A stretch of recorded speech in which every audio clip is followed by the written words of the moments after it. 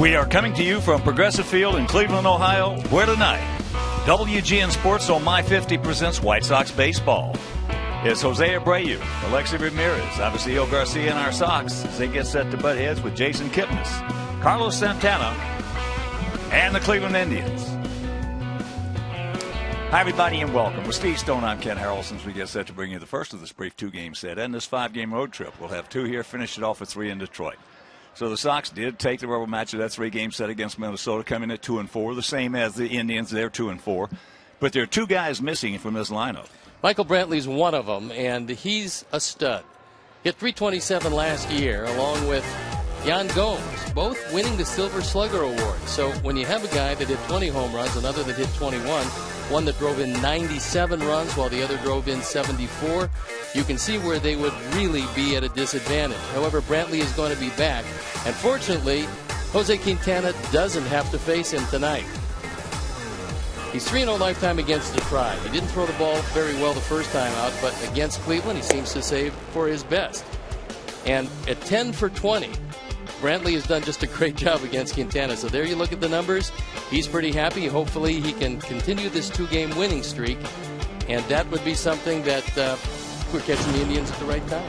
Except we got the wrong guy on the mound tonight, Carlos Carrasco. Carrasco's done an unbelievable job since coming out of the bullpen.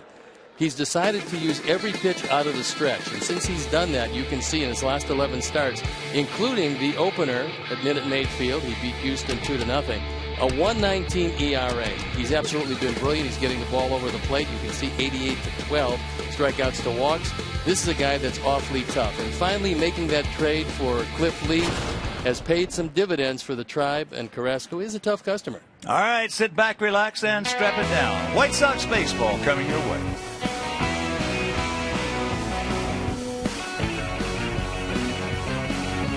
Chicago White Sox baseball is brought to you by Miller Lite, the original light Pilsner.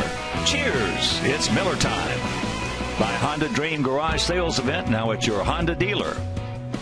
By Subway, make a smart play for savory subs this season. Score more flavor at Subway restaurants. Subway, eat fresh. By Ford, America's best-selling brand, inviting you to go further in our fuel-efficient vehicles. Check out our entire lineup at your Ford store or at your local FordStores.com. And by your Chicago and Northwest Indiana Hyundai dealers who invite you to test drive our award-winning lineup today. Visit Hyundai.com.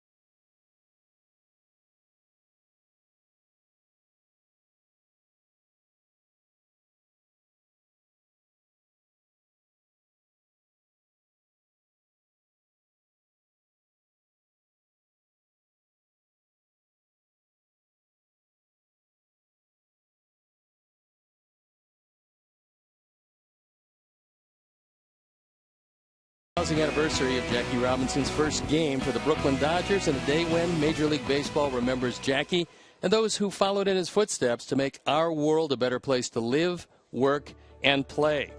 In Chicago, Minnie Minoso was the first man to break the color barrier. Minnie passed away earlier this spring, and we remember Minnie and his youthful spirit and his love for the Chicago White Sox.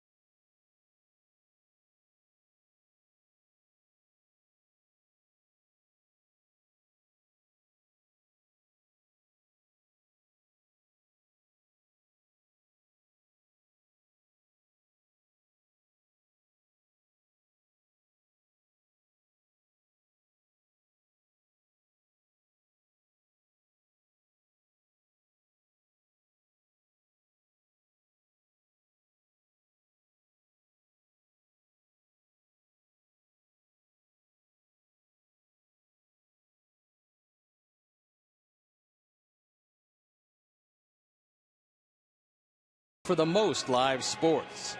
And welcome back to Progressive Field. It's a very nice night in Cleveland. Terry Francona, the skipper of these Indians. His team off to a rough start. The Sox not off to the kind of start they wanted. Both teams at 2-4. And they're banged up. No Yan Gomes, who's one of the best catchers around, and no Michael Brantley, who was certainly their MVP last year. But nobody feels sorry for you in this game. They're just happy to be playing you at this time. So let's take a look at how Robin is going to line up our Sox for the game this evening. Adam Eaton leading it off. He's really struggled. He's not ready to turn it around. With Melky Cabrera in the 2 spot. Jose Abreu playing first and hitting third. Adam LaRoche for DH. Abasilio Garcia in right field with Alexi Ramirez at short. Connor Gillespie, who last season against the Indians absolutely torched them. He's at third base with Tyler Flowers catching. And Emilio Bonifacio getting his first start of the year. The defense and how they'll line up behind Carlos Carrasco. Jerry Sands in left, Michael Bourne in center, and Brandon Moss in right. Then it's Aviles, Ramirez, the local Chicago product. Jason Kipnis at second with Carlos Santana at first. Roberto Perez, who takes over as the #1 catcher for probably at least 2 months. And Carlos Carrasco, who against the Astros went into the 7th inning. Gave up only 3 hits, walked 1, fanned 10. He's got a good, hard slider. Has a changeup to go with it. And now that he throws every pitch from the stretch, his command has gotten a whole lot better. The umpires for the game tonight: Brian Knight behind the plate, Vic Carapazza at first, Larry Vanover, the crew chief, is at second, and Ron Culpa is at third. So we're ready to play baseball, and I'm ready to turn it over to my play-by-play partner, Ken Harrelson. All right, Steve, thank you. And once again, good evening, everyone, and welcome to White Sox baseball right here over WGN Sports on My 50. And before we show you our picks to click, you at home select yours as Adam Eaton gets set to start things off.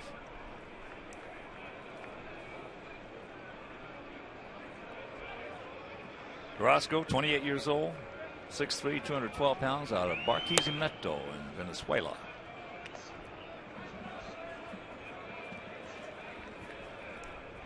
You have heard in the background, 48 degrees at game time and going down. Sox come in having walked the fewest times of anybody in baseball, but also second least strikeouts. Putting the bat on the ball is going to only enhance the RBI guys in the middle as soon as the table setters start to get on base more consistently. That's out of play. So the count 1-2. Carrasco's been in pro ball since 2004. He came over from the Phillies along with Jason Donald, Jason Knapp, and Lou Marson in exchange for the Cy Young Award winner Cliff Lee.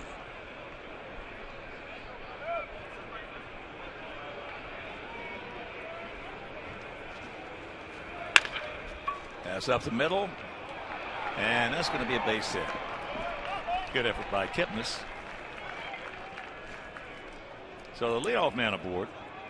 Well, last year Carrasco was a part of the Indians, which set a major league record for strikeouts in the season. They struck out 1,450 guys. Well, with Kluber leading the way and Carrasco, after moving out of the bullpen into the starting rotation, along with Danny Salazar, who didn't make the club out of spring training, these guys just had stuff up and down the rotation. The bullpen was very good. Indians had a nice year last year. They did, but the staff they had, even though it was solid and good, as you mentioned, it just didn't impress you as setting a major league record for strikeouts. Especially with some of the staffs that we have seen over the course of the years.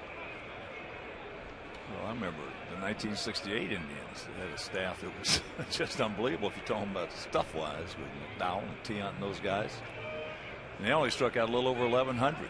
And there you can see the Rays at 1437. The Cubs in 03, they had Kerry Wood, they had Mark Pryor, they had Carlos Zambrano. They struck out a bunch. There is a foul ball by Cabrera. Hitting at 208 on the season. But he's pretty happy to see Carrasco, as you can see by those numbers. Not many guys lately have sported good numbers against this young right-hander.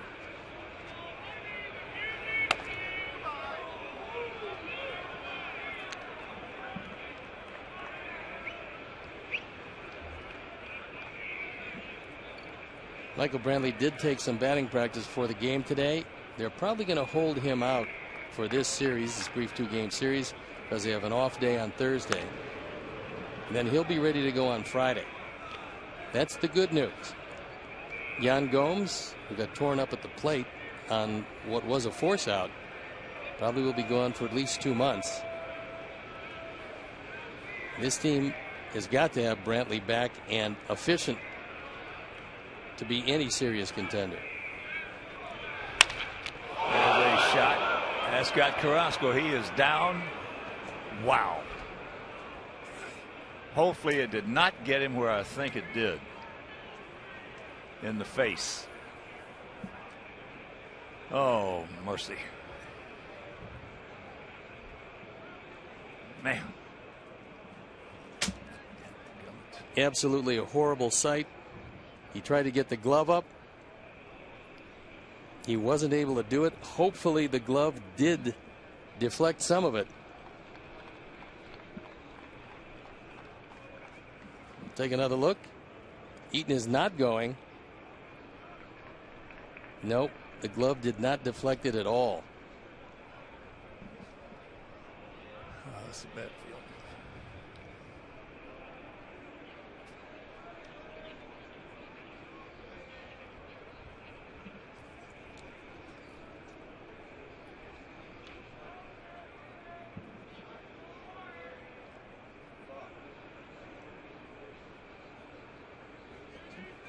No, we'll just have to hope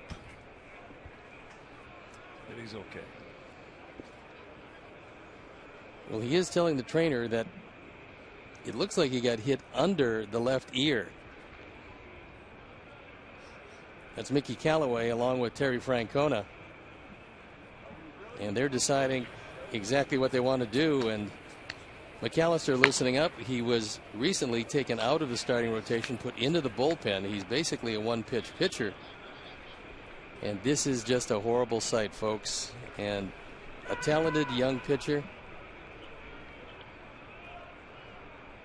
going to have to be wheeled out of here, and we'll just get any information we can and let you know what it is. Well, especially if you've seen it over the years.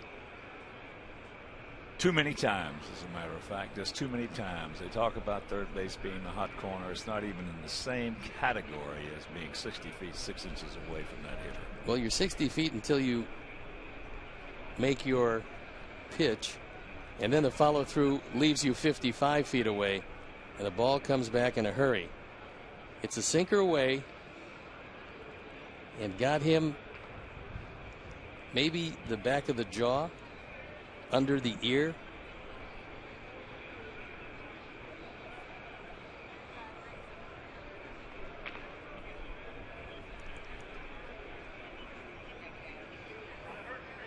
So he is still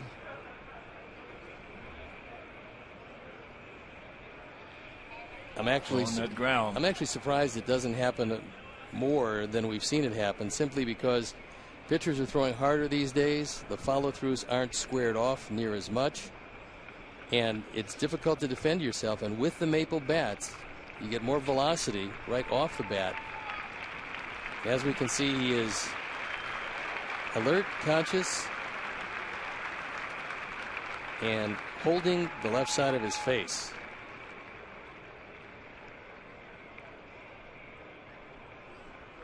Yeah, that's one thing that all hitters dread. I only did that a couple of times in my career, and I'll tell you, it's just a sickening feeling.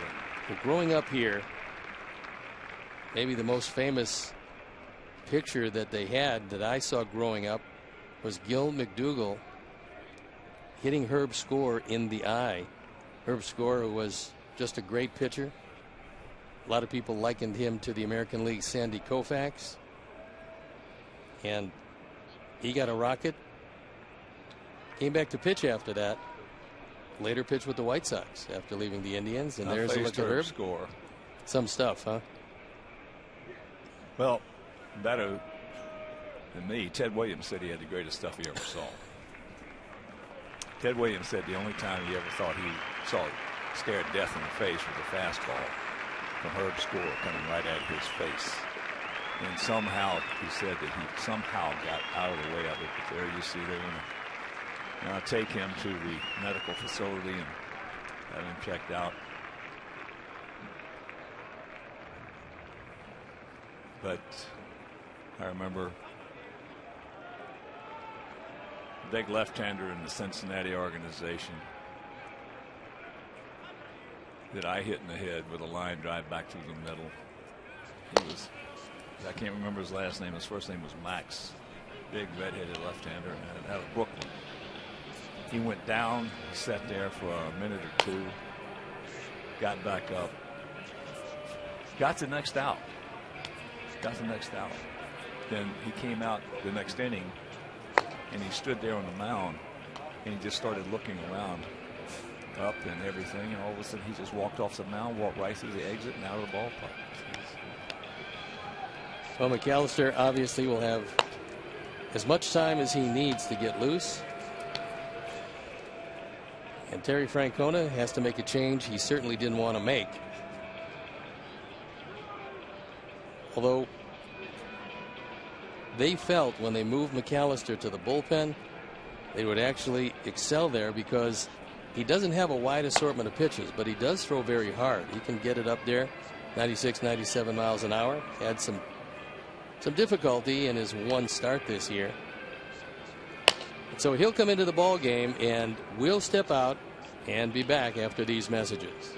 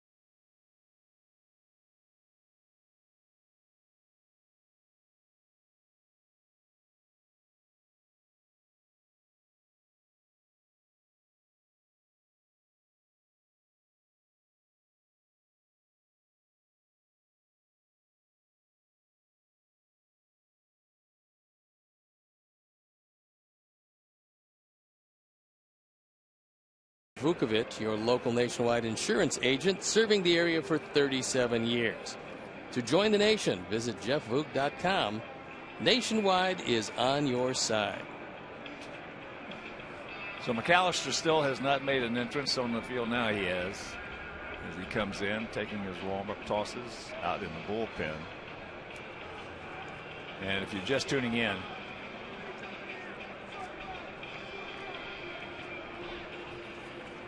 Carlos Carrasco was just hit in the face by a vicious line drive off the bat of Cabrera.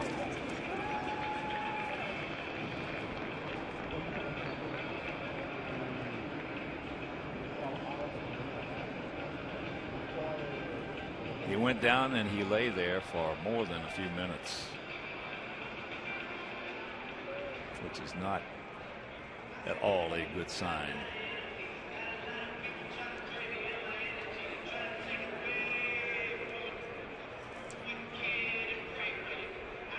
So we have the first 2 men aboard at a meeting with an infield single, and Cabrera with an infield single. So here's McAllister. He absolutely got hammered by the Tigers in his lone start this year. 13 hits in 4 innings. This spring he had a terrific spring.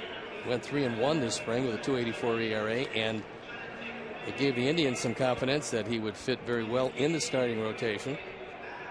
But last year he showed him he could work out of the bullpen. He finished the season in the bullpen.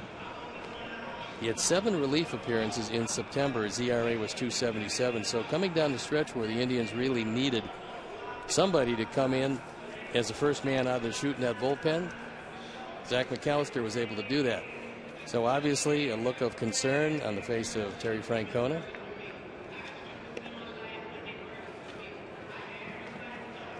And he's talking over with Mickey Callaway to find out just exactly how he's going to navigate his way through this one. There's nobody out here in the first inning with runners at first and second. Well, Detroit has had their way with Cleveland in the last few years. In fact, more than just a few.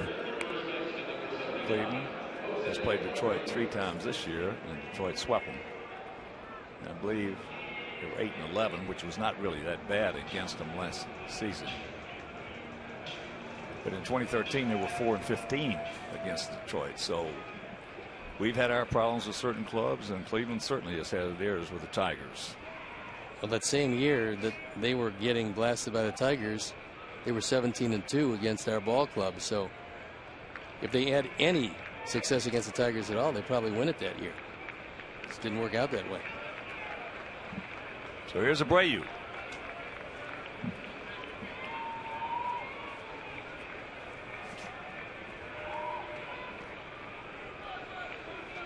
McAllister, 6'6", 240 pounds, 27 years old, out of Peoria. Abreu hitting at .238 with a homer.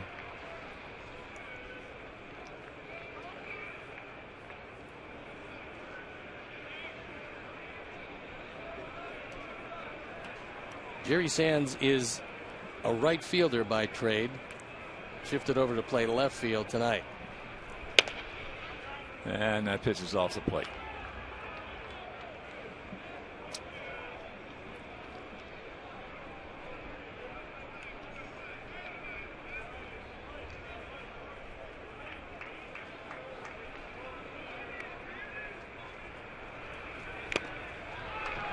Well, a lot of people, a lot of the pundits have picked Cleveland this year to win the Central.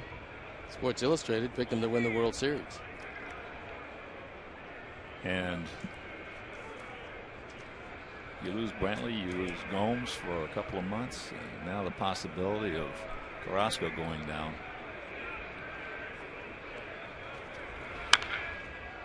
One thing that you cannot overcome. Those big injuries.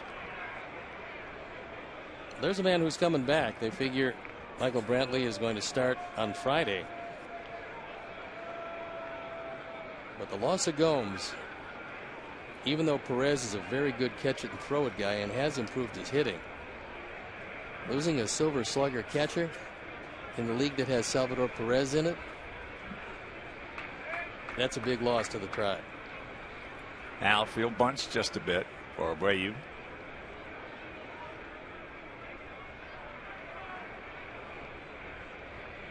He's thrown him 3 straight sliders. Got him and he knew it. Well, that fastball was 97, and after 3 sliders, he just froze him with a fastball right down the middle. See where Perez wants it? Pretty much puts it in the glove and gets a big out. Here's Adam. LaRoche, couple of homers, 3 RBIs. First of a 2-game series with these Indians, and then first of a 5-game road trip. We'll finish it off. That ball gets away, so both runners will advance on the wild pitch.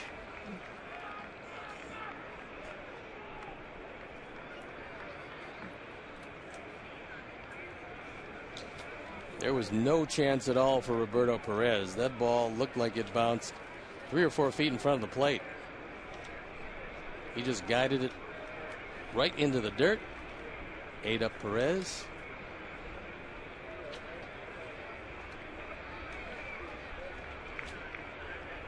So now Kipnis back in short right field. So he's going to get him. But Eaton scores, and it's 1-0 Sox. RBI number 4 for Adam.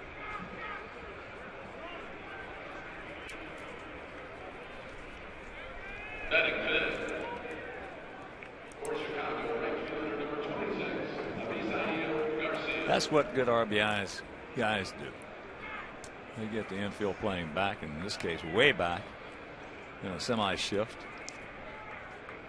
They get the man in. They don't get greedy. They get the man in. And here is Javi.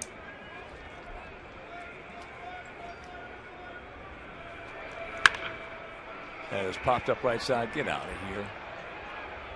It will. Souvenir. Wind not much of a factor tonight. The flag's out in right center field. Fairly much limp atop the poles, and they've reworked the bullpens.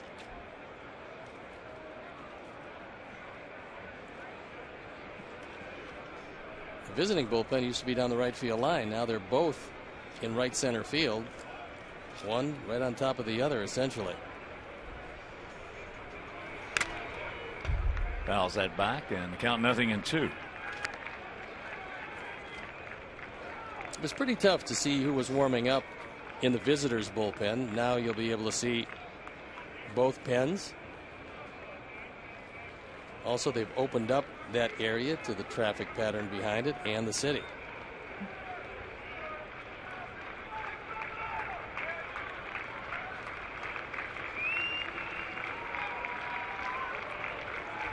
From another 54-footer. 1-2.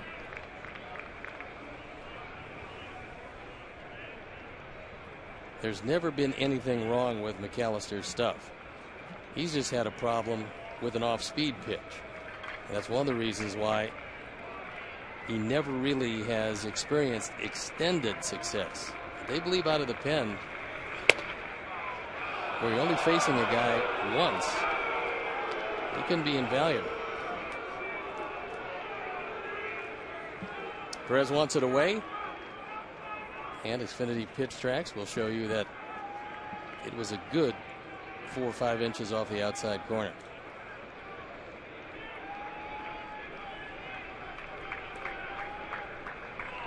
Two out and the 2-2 delivery. Good swing.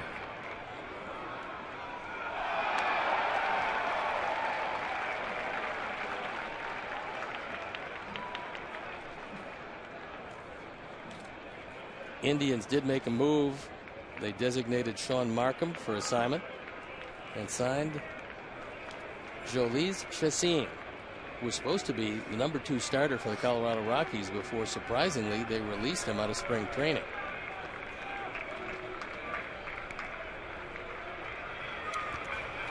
There's the 54-footer, but Perez knocks it down.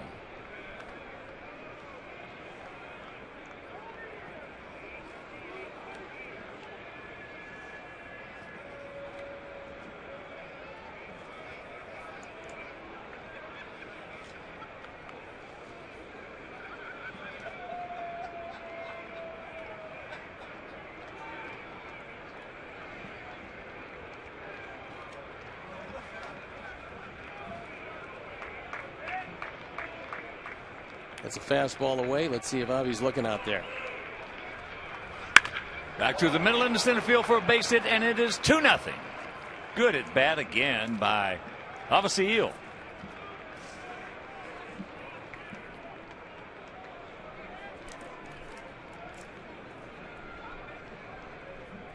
Batting sixth for Chicago shortstop. RBI #2 for Avi. He does get that fastball, takes it right back up the middle.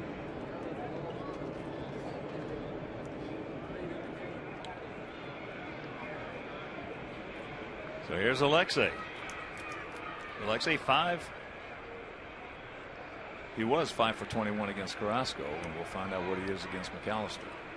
There goes Javi, and they're going to get it. So a good throw by Perez, right on the money. But meanwhile, we come up with 2 runs on 3 hits. And after half an inning of play, it's our guys 2, and their guys coming to bat.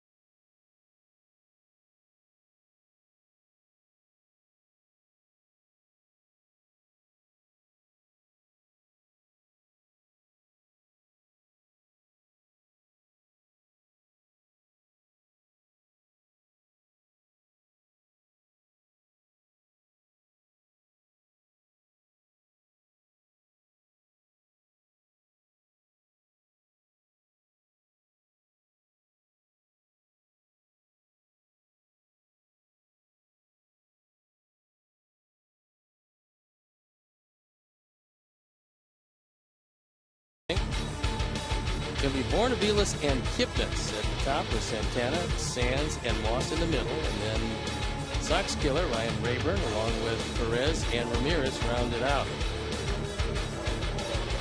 The defense, and now they'll line up behind Jose Quintana. It's Cabrera, Eaton, and Garcia in the outfield with Gillespie, Ramirez, Bonifacio, and Abreu in the infield. Alan Flowers gets a nod behind the plate, and Jose Quintana. Looking for his first win, his first decision of the year. Went 5 innings, gave up 9 hits and 5 earned last time out against the Royals. Hoping for better luck against a team that he's never lost to. He's 3-0 lifetime, and a few folks have made the trip. Some Sox fans watching this one in chilly temperatures, but no rain expected.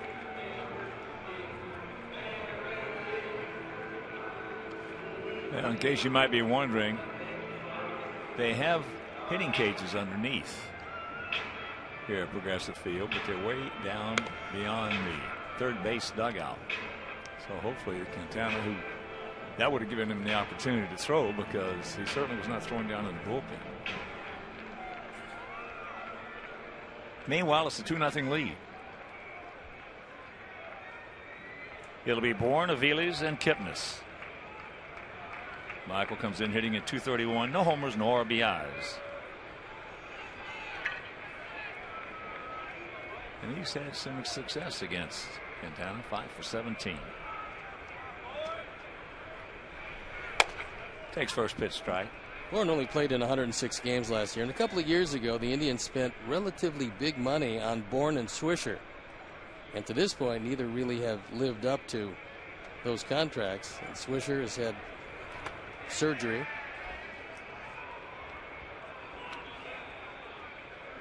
Swish had both knees done this winter, and he's still not ready to go.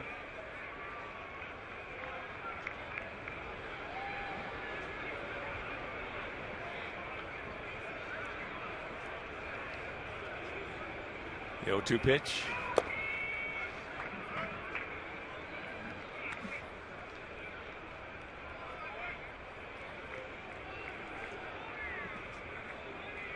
That number 7 that the Indians are wearing on their sleeve is for Al Rosen, former MVP, former general manager, and a very good one. And just a wonderful man. There is the 7. Baseball lost a lot of very important people from last season to this, and Al certainly was one of those. 2-2 pitch.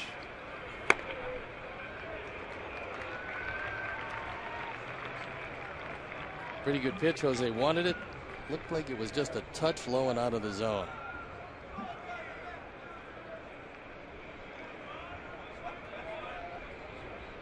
And the payoff. Got him. Bourne did not care for that call. Meanwhile, he gone.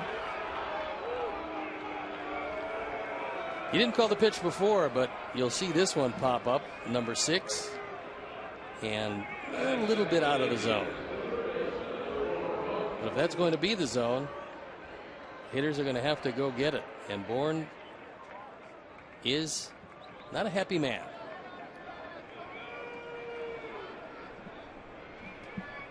Mike Aviles, 8 for 19 lifetime off Quintana. Seems like he's 8 for 19 against everybody we got. He's been a very good hitter against our Sox, as has Ryan Rayburn.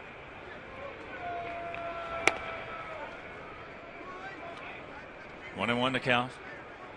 Aviles last year 247, 5 homers, knocked in 39. This year hitting at 214 with a homer and 1 RBI.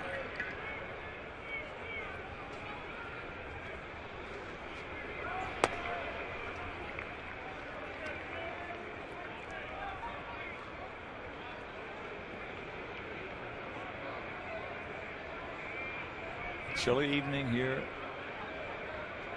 at Progressive Field. Shanks that one foul. Souvenir right side.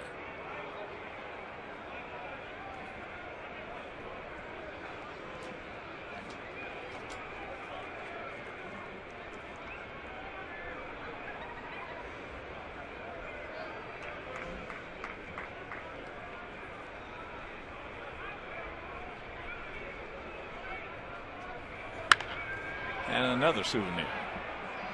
We got an early game for you tomorrow. It'll be 11:10 Central start. And that game will be over Comcast Sportsnet. Johnny Danks on the bump for us. Trevor Bauer, fine young right-hander for them.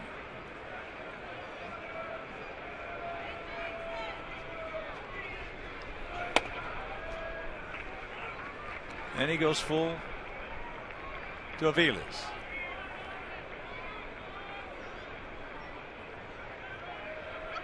That's certainly the kind of night it's been, and it's not going to get any warmer. Lined hard foul. Now there's a fan that really wants a souvenir.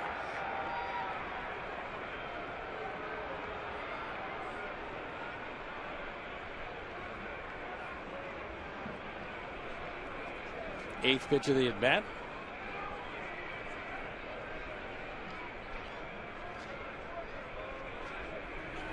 Watch out. That was lined hard back to the middle. So he continues. They have no problems with Quintana.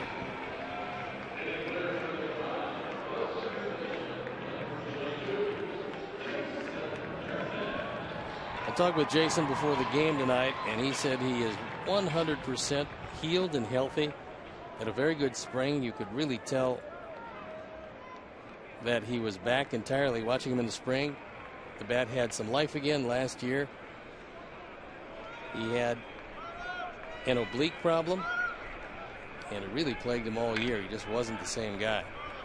He had 240 last year, 6 homers, knocked in 41. Northbrook takes first pitch strike.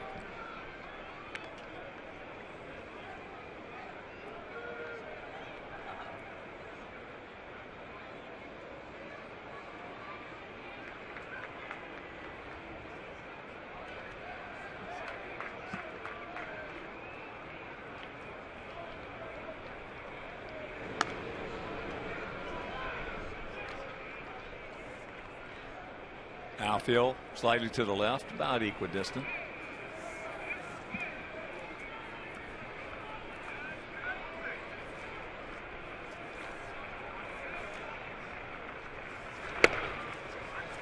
That strike and the count, nothing in 2.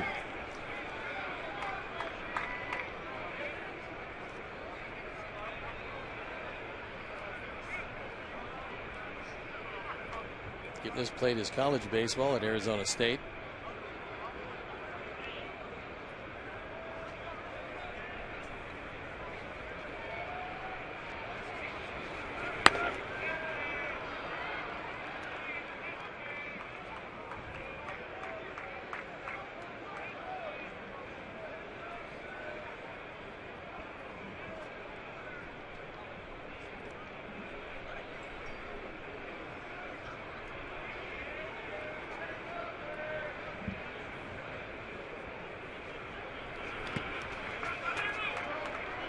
Tyler blocks it, keeps it in front of him.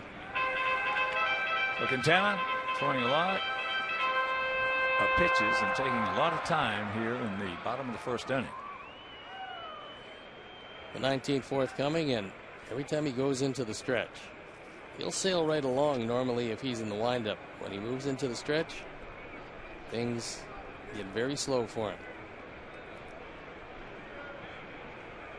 Hard enough to have one rhythm out there, but it's very hard to have 2 different ones. That ball hit hard in center field. He got a good jump on it, makes the catch. Now get it back in. Get it back in because Aviles did not know how many outs there were, and that's going to be a double play. Yes, and that'll retire the side after 1. It's 2-0 Sox.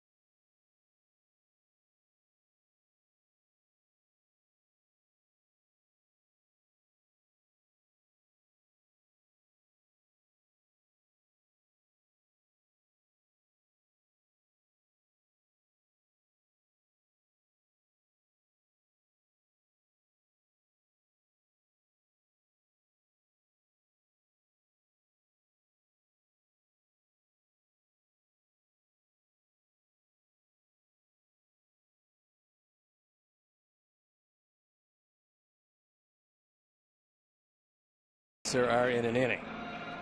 Fly ball by Kipnis, and then Adam looks in. He wonders where Aviles is, and then realizes that he's halfway between second and third. So he takes off and then keeps on going. Adam made that play look very easy because that was a bullet off the bat of Kipnis. He got a good jump right over his head, went back, and made that catch easily. So here is Alexei.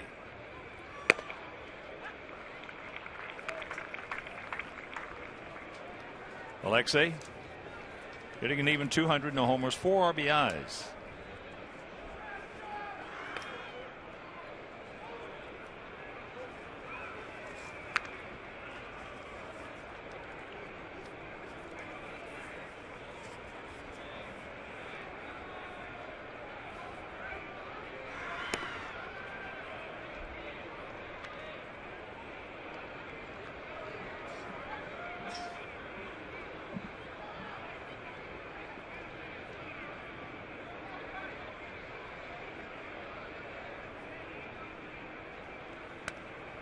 Three and one.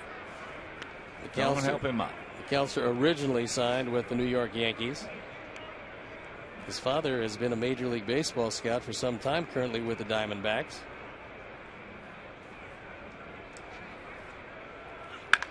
Bullet.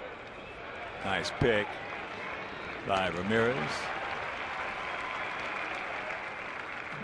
So that's out number one right now. Let's check out our picks to click. Mangiaro. Director and crew, they went with Cabrera.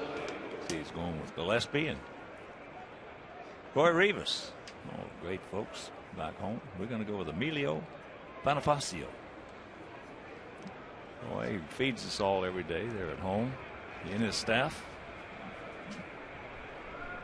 So here is Gillespie. Takes first pitch strike.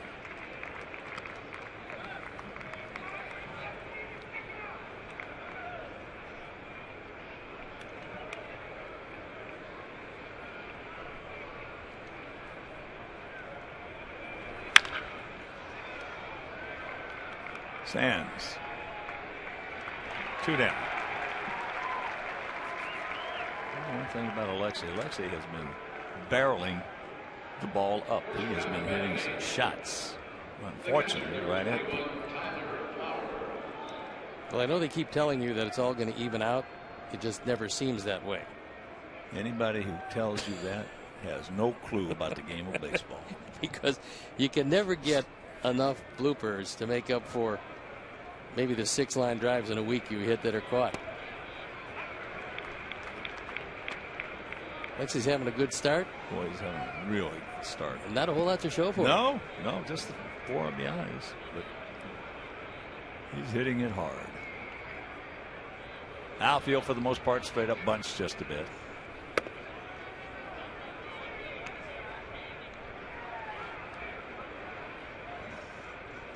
He used to have a car in foul territory over the left field wall. Tyler hit one over that car. Unfortunately, it was foul, but it was one of the longer shots they've seen in this ballpark. Yeah, he's got one here. He's got one up at Minnesota. One in Minnesota. Might still be going. Yeah, that was a Man Mountain Dean shot there. 2 out in the 2-1. Squibs it over by our dugout.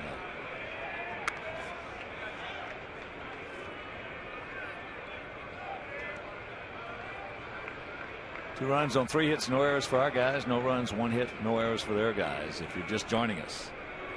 McAllister came in with 2 on, nobody out. Ground ball up the bat of LaRoche, drove in a run. Base hit by Garcia, drove in the 2nd run. Both charged to Carrasco. There's a shot over the head of Kipnis. That boy Tyler.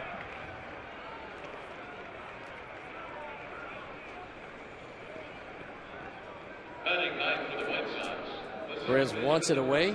He throws a fastball, but he gets it up. And instead of a ground ball to second, turns into a line drive and a base hit.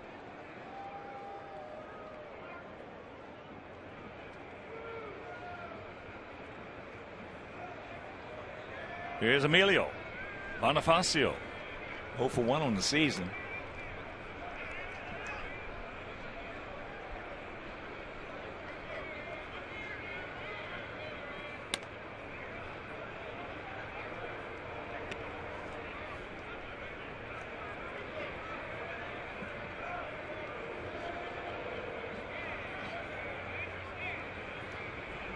Emilio with a very, very upbeat personality. Always smiling. That ball high into right field. Brandon Moss is there, makes a catch. That'll retire the side. We get the 2-out single. And Flowers, meanwhile, is 2-0 good guy.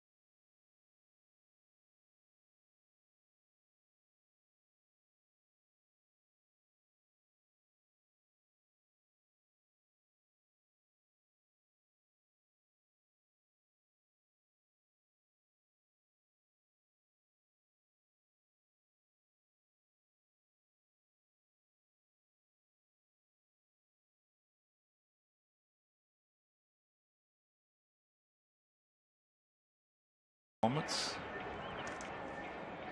Touching 98 a couple of times with that fastball. Somewhat hard to believe that as much time as he missed in spring training, that he came out and looked like he didn't miss a beat. No, like he never missed a day. Got everything over the plate. Threw a 2-0 changeup, which is something that hard throwers usually can't do. This can do just about anything you need to have done on the mound. Here's the first baseman. Carlos Santana takes first pitch strike. Santana hitting at .333 with a homer. He's driven in 5 in the young season.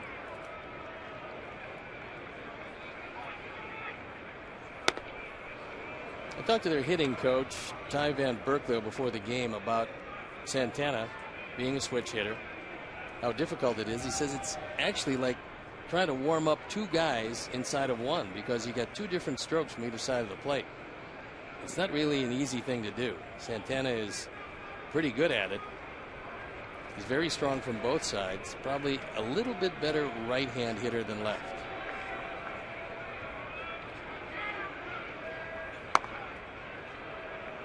And since 2011, he's drawn more walks than anybody in the major leagues. As you can see, Joey Votto's right there. You get left-handed, I mean, switch hitters. Some of them were better left-handed, some of them better right-handed. Mickey Mantle, for example, was better right-handed hitter, much better right-handed hitter. And the only reason he did switch hit is because he promised his daddy would. You know, amazing part about that is that almost without exception, you have 2 completely different strokes. There are exceptions. Yeah, I mean, Eddie Murray was the same from both sides. Yeah. Well, he's in the Hall of Fame with 504 home runs because of that. That's right. But there's not many of those guys. No. Yeah, Eddie was unique in that respect, that he looked exactly the same hitting left-handed as he did right-handed.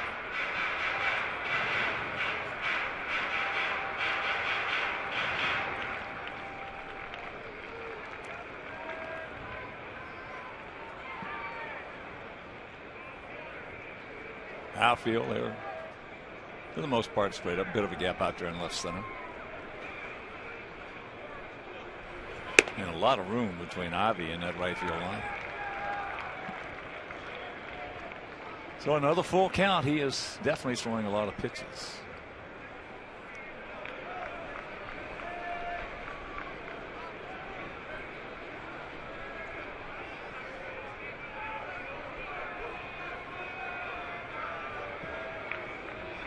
Brian Knight calling timeout, requested by Santana and then acknowledged.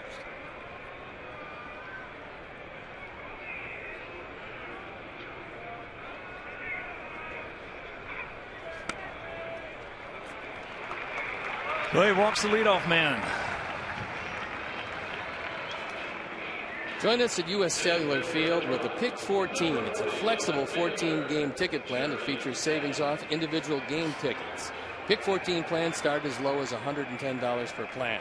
For tickets or more information, visit whitesox.com or call 312-674-1000. So here's Jerry Sands, the left fielder. No homers, 4 RBIs, hitting at .444. 4 for 9. His break came when Michael Brantley went down with some back problems. Brantley had the back problems in spring training. Didn't believe that they were all that serious, and it's kept him out of a whole lot of games after the opener.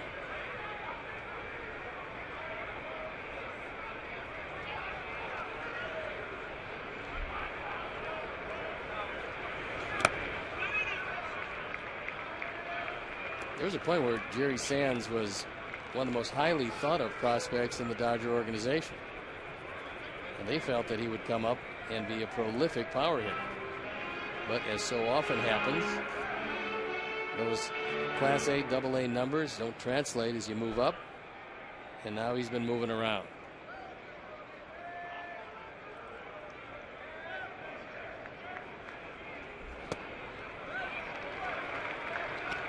And he falls behind him 2-1. It just looks like Jose has no rhythm out there. Don't know if it was because of that long delay in the first inning. If you're just tuning in, Carrasco was hit in the face by a line drive off the bat of Cabrera.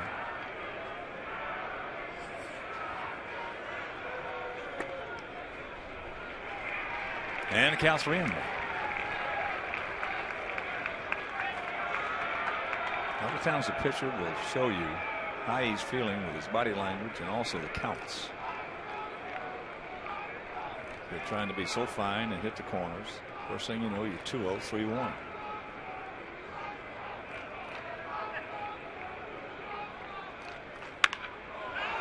That's high into right field.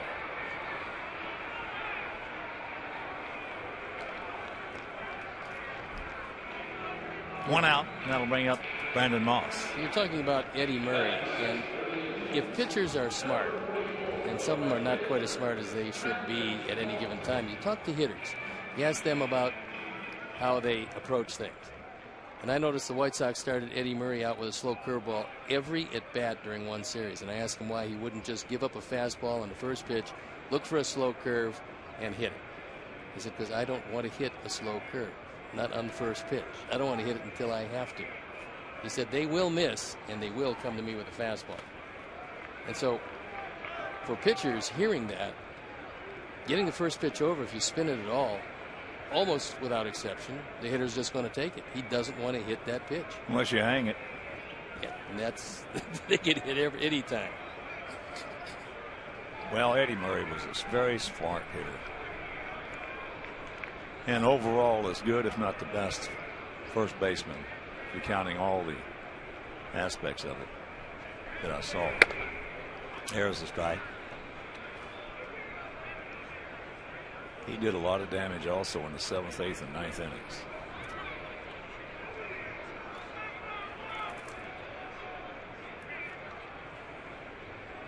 When he finished up with the Mets, he absolutely was not a good first baseman. No, but prior to that with Baltimore, he was an excellent first baseman.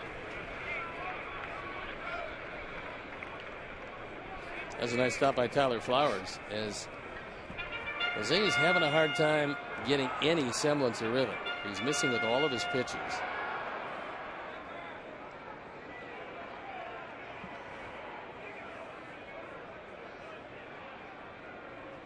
And as you can see, with one out here in the second, he's about to deliver the 35th pitch.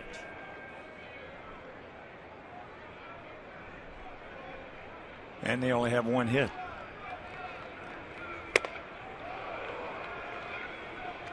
That was a good pitch. He threw that ball where he wanted to. He got it up. And Moss, who is a home run hitter with an uppercut swing, is not going to handle high fastballs very well.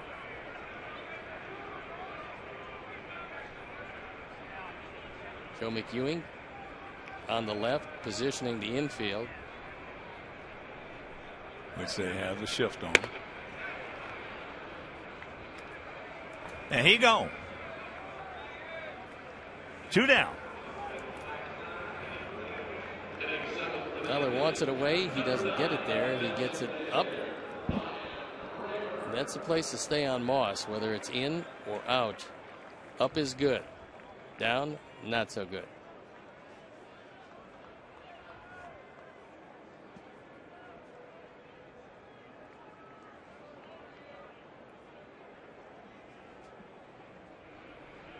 So here's Ryan Rayburn. Boy, what a nemesis and a pain in the derriere he has been to us over the years.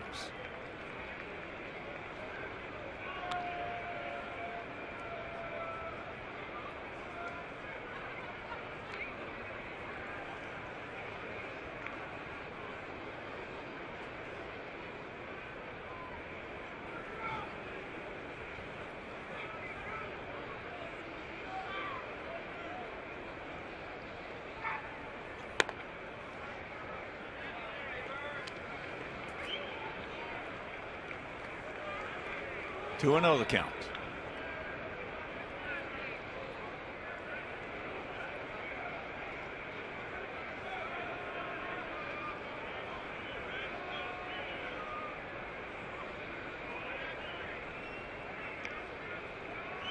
Short lead by Santana at first.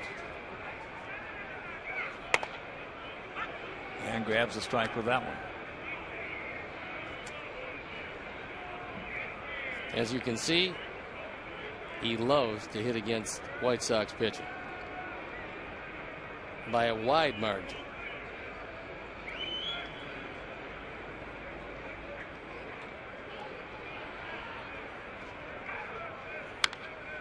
Big rip at that one.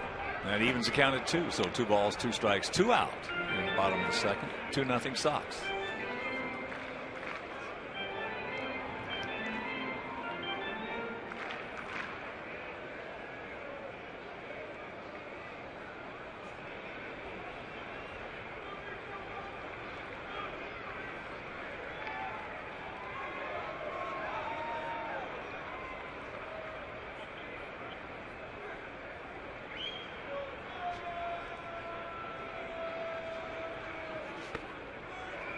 Another full count.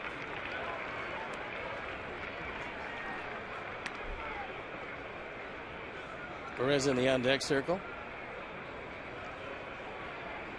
This is one of those games where the Indians' second time around are going to be much more dangerous.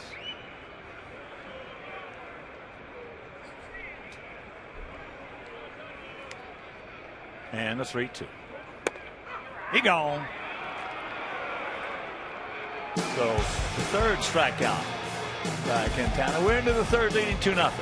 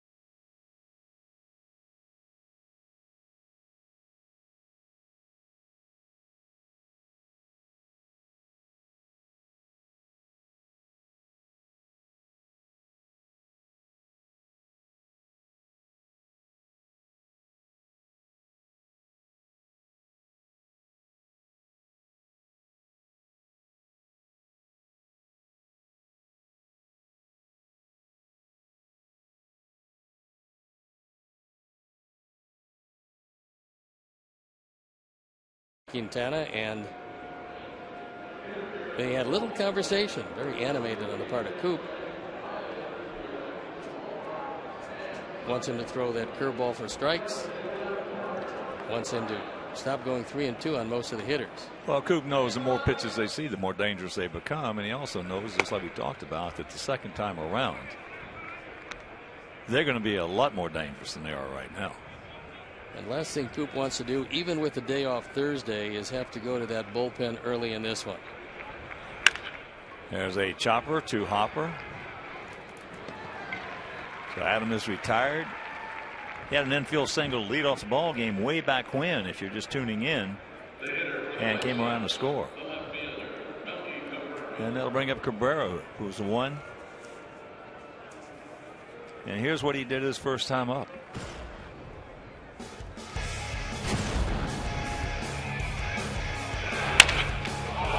That was a breaking ball down, and Carrasco could not get his glove up. He stayed in that position for some time, or holding the left side of his face, back of the jaw, and under his ear.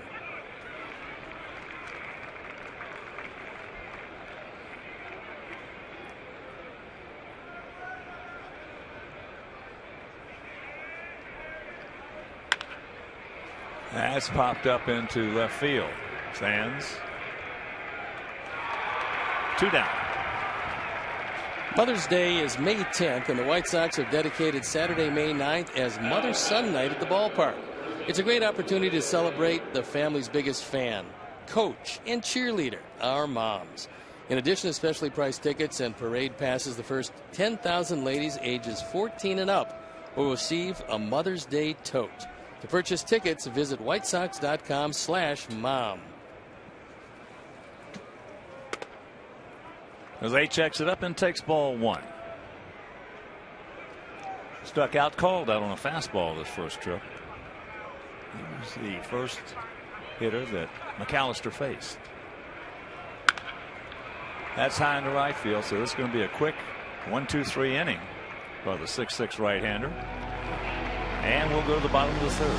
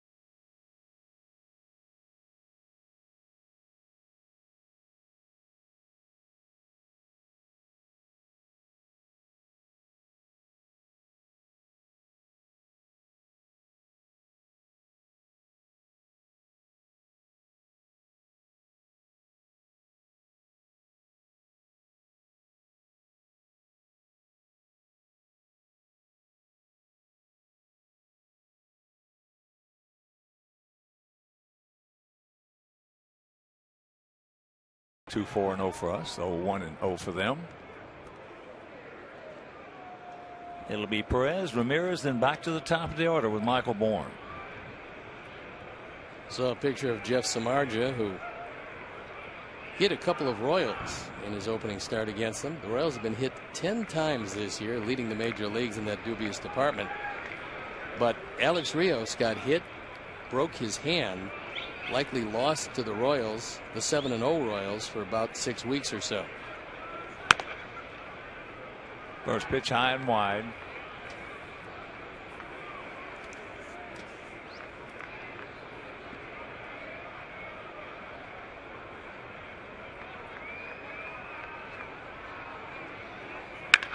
Ball hit sharply down to Alexei.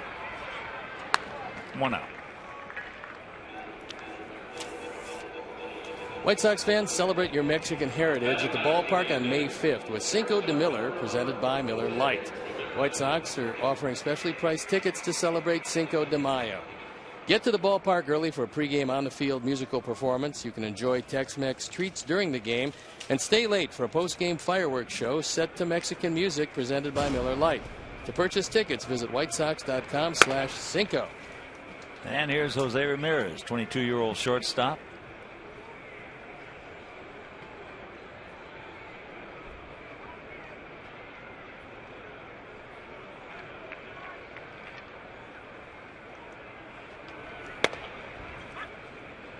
Count evens at 1.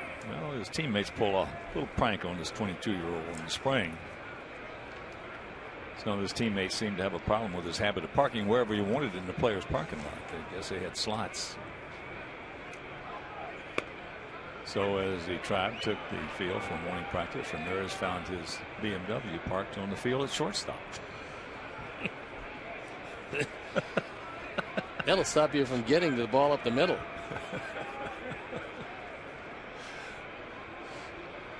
Well, I'm absolutely certain that Roger Bossard would be ecstatic about that. They would have had to drive that car over his body to get it out there. If you notice, there has been none of that at U.S. Cellular Field.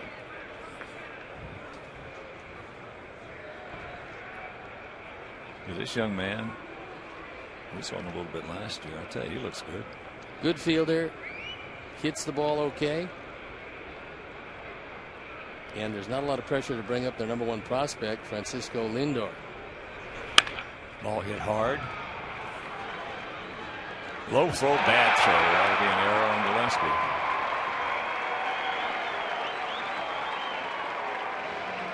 He picks up his 3rd error. This part of it's good. It's a hard hit ball, and he's got plenty of time. Just sidearms it. Trickles away.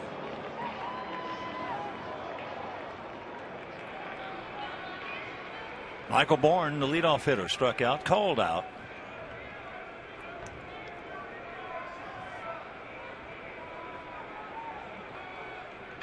Now Gillespie on the grass at 3rd. Outfield swung around to the left.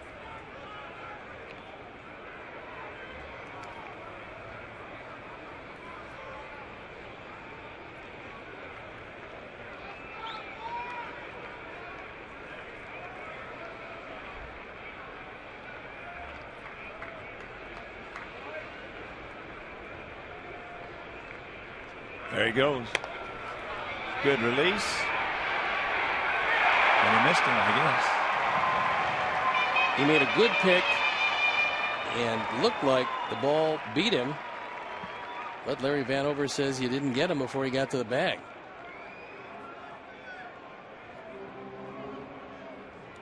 It's a low throw. Steal all the way. Ramirez never looked back. He's safe. Slides to the back of the bag, hooks it with his hand. So he is now 3 for 3 in stolen bases. The last year combined between the majors and minors, he swiped 29.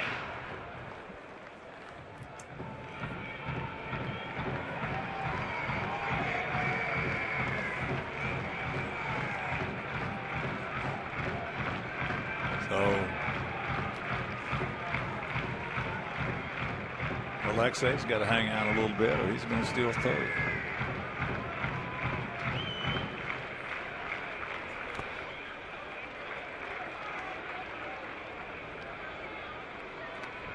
One and one to count.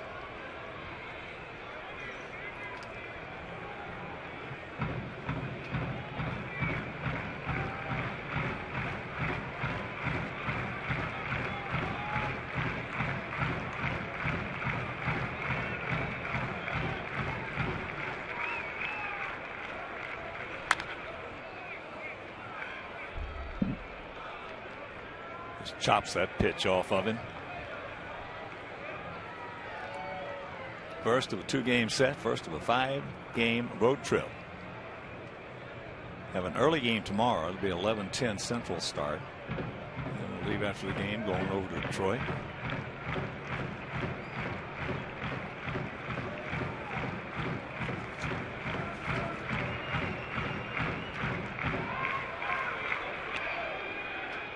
We'll have an off day on Thursday, then Friday, Saturday, and Sunday. 3-game series against the Tigers.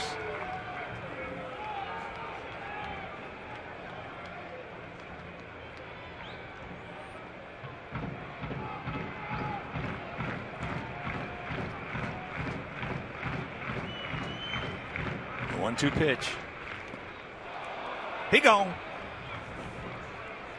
He was thinking that was 3 outs. So that's 2 Indians that have lost the count.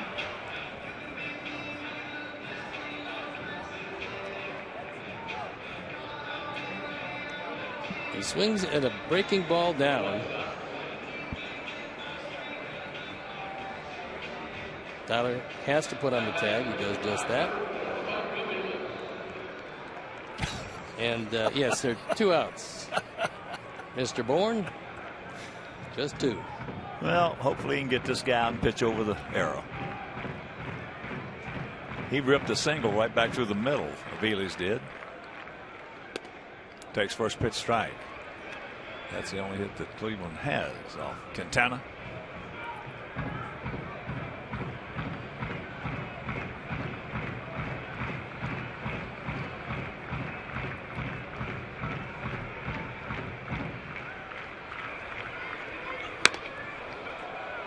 Chases that one upstairs and the count 0-2. You know, we're seeing more and more of that. It's amazing. You know, you might, a few years ago, you might go the whole year and only see one guy lose count. Now it seems like you see it every week.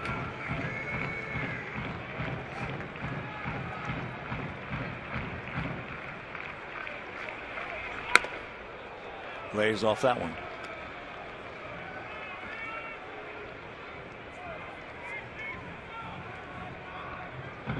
He's now 9 for 20 lifetime off Jose.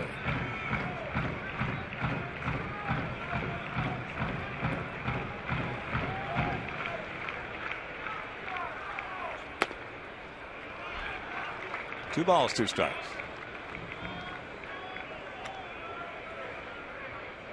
Jason Kipnis in the on-deck circle hit the ball hard the first time up. Mike Aviles lost track of the outs and was doubled up easily at first.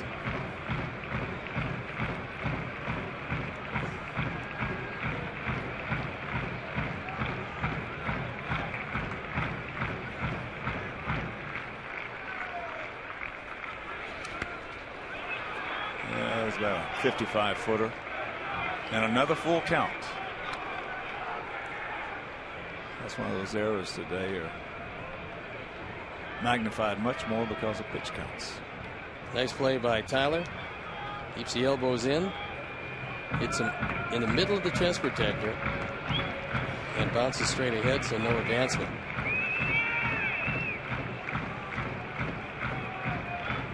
And the payoff pitch.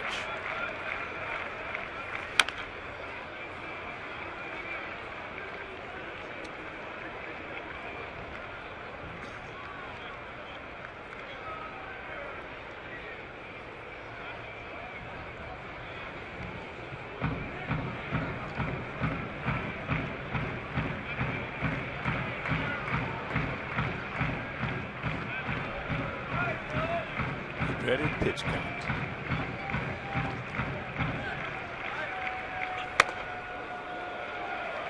And he walks him.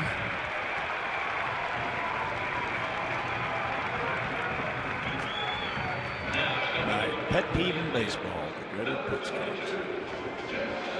You know what they should do? If they're gonna, if seemingly the magic number is 100, okay?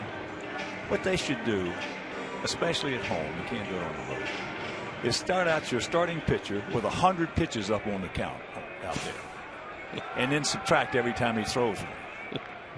So he doesn't get 85 or 90, and all of a sudden he goes, oh my God, I got 90 pitches already. Let him go backwards. But when he gets to 10, he's probably going to be thinking the same thing. Well, pitchers, yeah. As Ted said, Ted Williams. How much animals that God ever put on the face of the earth? Pitchers. And he said it when he was a manager of the Washington Senators.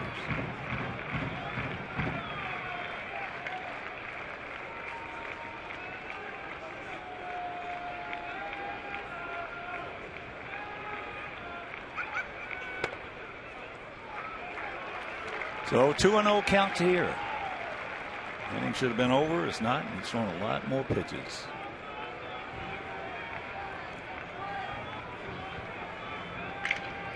There hasn't been an easy inning yet.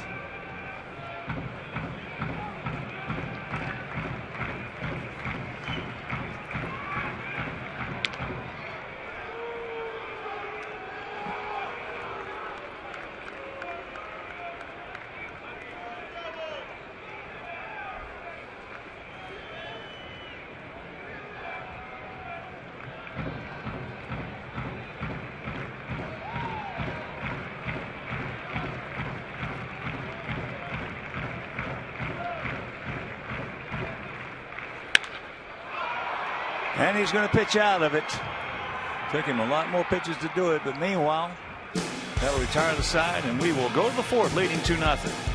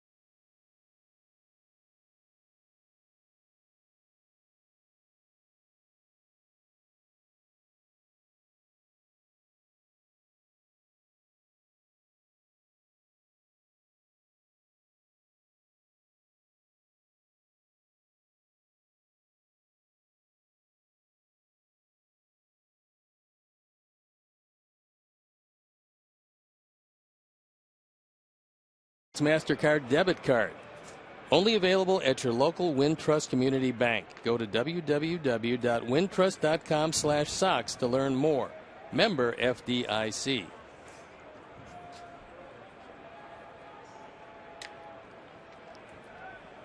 So here's Adam. The Roach knocked in a run, grounding out the second when they had the shift on him, and Kipnis was back there where he is right now in short right field. Sox lead 2-0. 2-4-1 for us. 0-1-0 for them.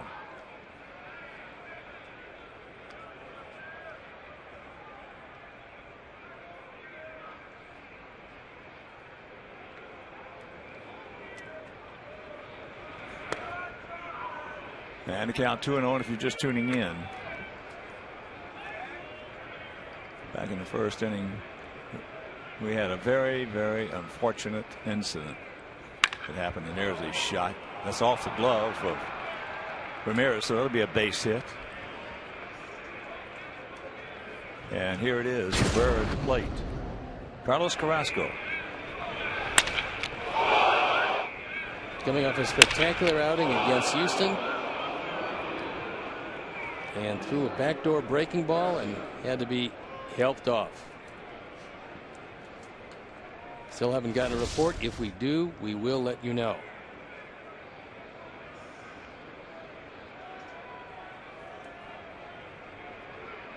So here's Javi. He had a real good at bat against McAllister. Finally going to a 3-2 count. Getting a solid single to center to knock in a run. Ball gets away, so Adam will just mosey on into second base. Now Javi got a job to do, buddy. That's one that Perez probably should have had. We'll wait to see if it is a wild pitch or a pass ball, but he'd probably be the first to tell you that you got to block that one.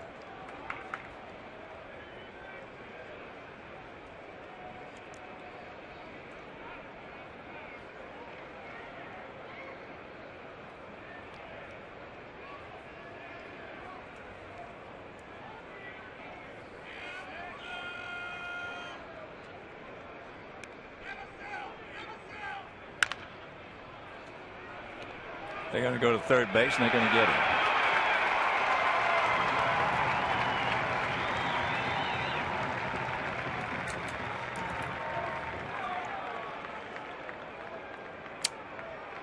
So not a good play. It was just a slight hesitation by Adam. They were going to get him easy anyway. Heads up by Ramirez. Adam doesn't run well. And Aviles puts a tag on.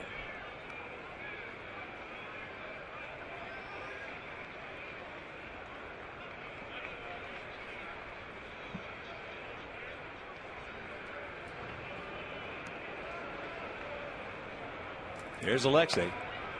He hit the ball very hard to Ramirez at short.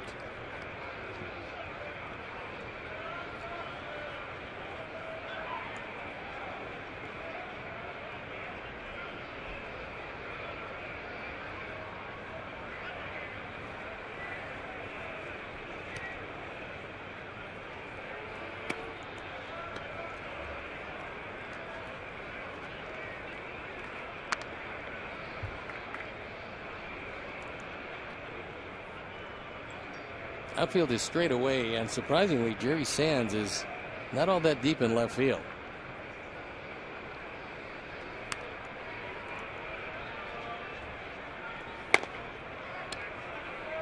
Three and 0 the count.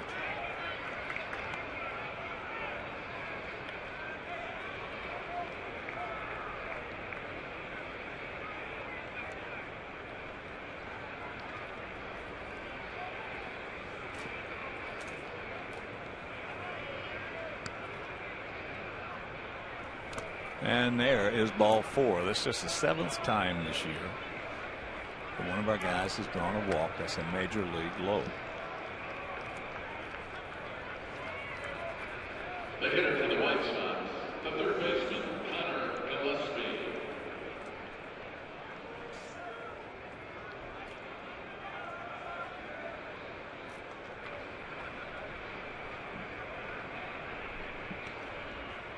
So here's Gillespie, corner. Fly to left field his first trip. Nick Hagedorn loosening up in the bullpen.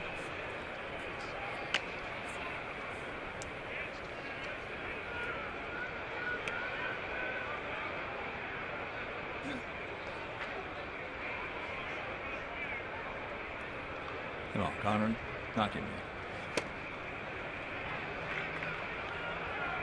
Now Perez wants to have a little chit chat.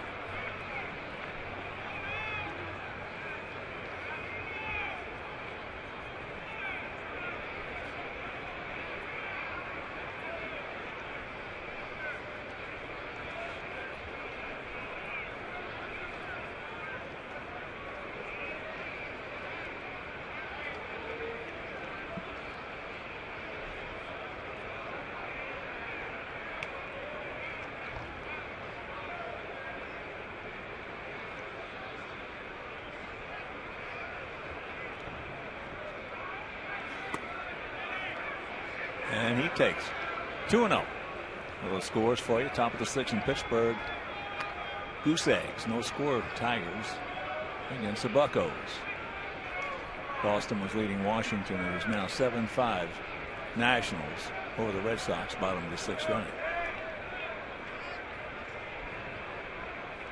Baltimore shutting out the Yankees 3-0.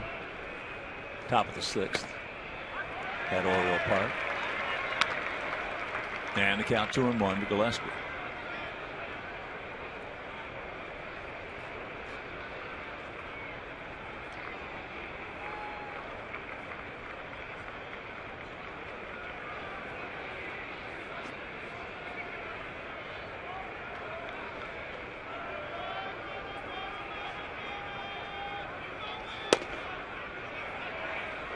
Good eye, good check, 3-1.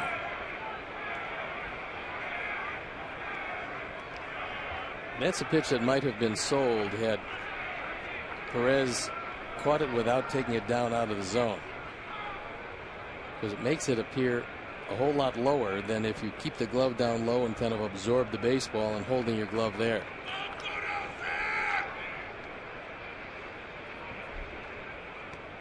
Two on, one out to 3-1. Pops him up. Short center field. 2 down. Now stepping in for Chicago, catcher Tyler. So here's Tyler. Tyler ripped a fastball, a bullet into right field for a single.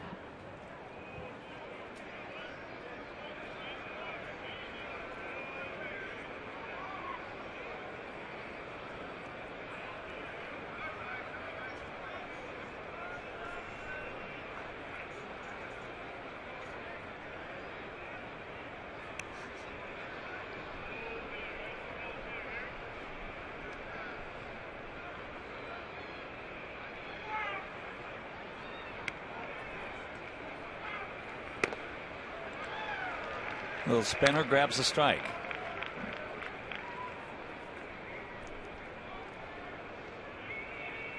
McAllister was in the starting rotation, lost his spot, and now he might regain it.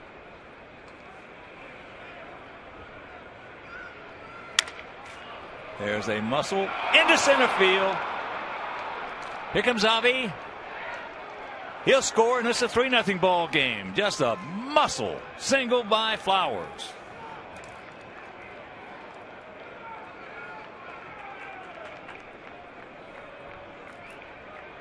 RBI number 4 for Tyler, just out of the reach of Jose Ramirez at shortstop, and he came in 0 for 10 for his career against McAllister, and now he's 2 for 2.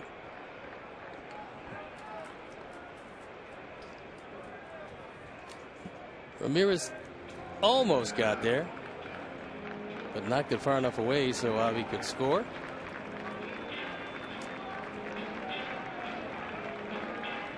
So as McAllister leaves and Hagedorn comes in, we'll step out and be back after these messages.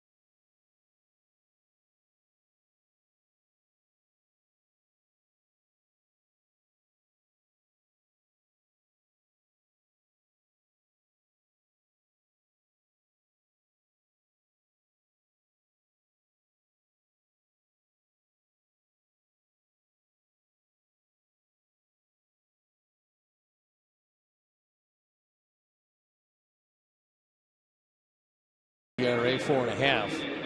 He was acquired from Boston in a deal that sent Victor Martinez to the Red Sox. So he inherits some problems. Down 3-zip, runners at first and second, and 2 outs here in the 4th.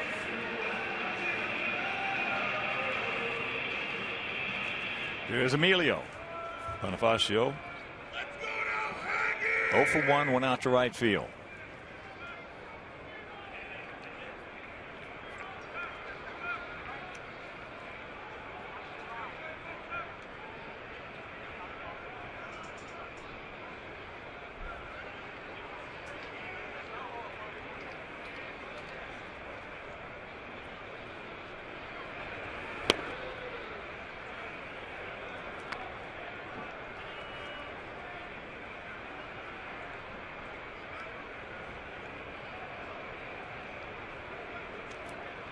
Want to know the count to Emilio.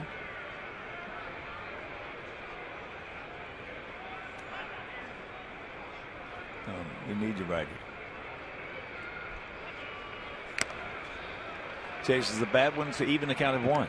Hagedorn had a pretty good year for Cleveland last year. Split his year between Columbus and Cleveland. Was 1-0 with the Tribe in 35 appearances with an ERA of 2.70. And he became an excellent situational left-hander.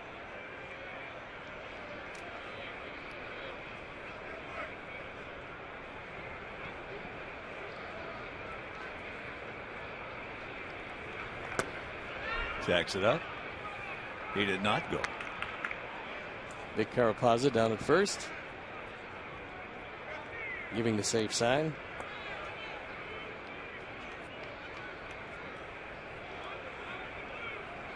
Outfield slightly to the right.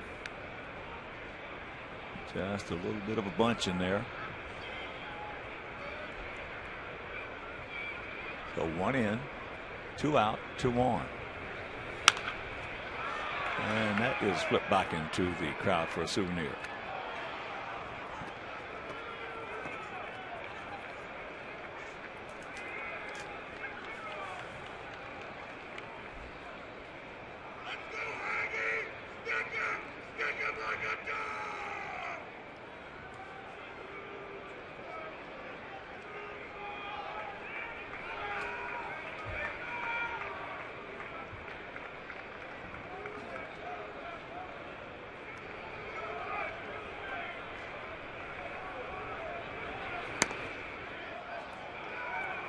All right, full count.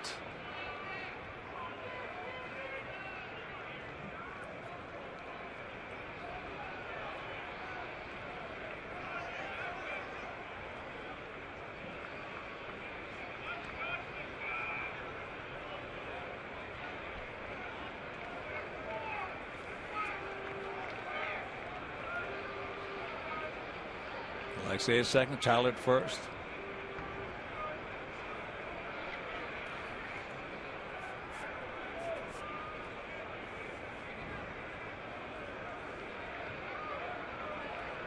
Boy, as short as they're playing, a Gapper's going to score a pair if he can find one.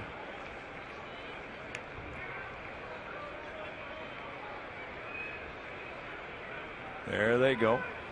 Yes, he did. Chases ball 4, and that'll retire the side. But we pick up 1. We go to the bottom of the 4th, leading 3-0.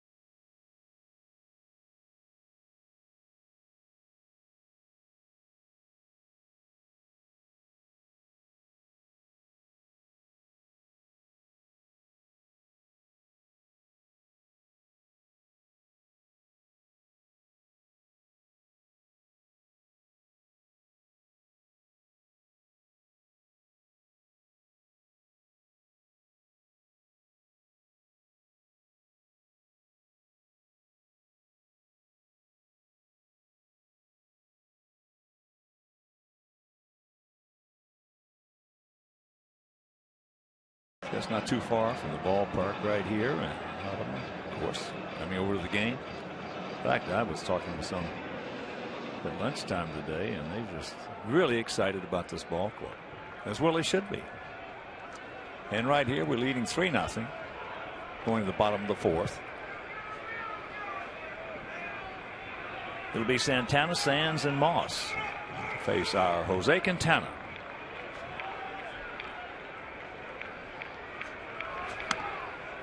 Talking about that Kansas City team that's been red hot, starting off 7-0. Well, we talk so much about the first rule in baseball is catch the ball. That's number one. Number two is you got to cover the last 9 outs. And that Kansas City club this year in 19 innings is 21 strikeouts, walked 3, giving up no runs.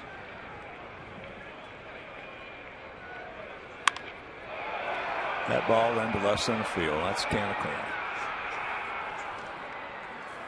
So 1 out.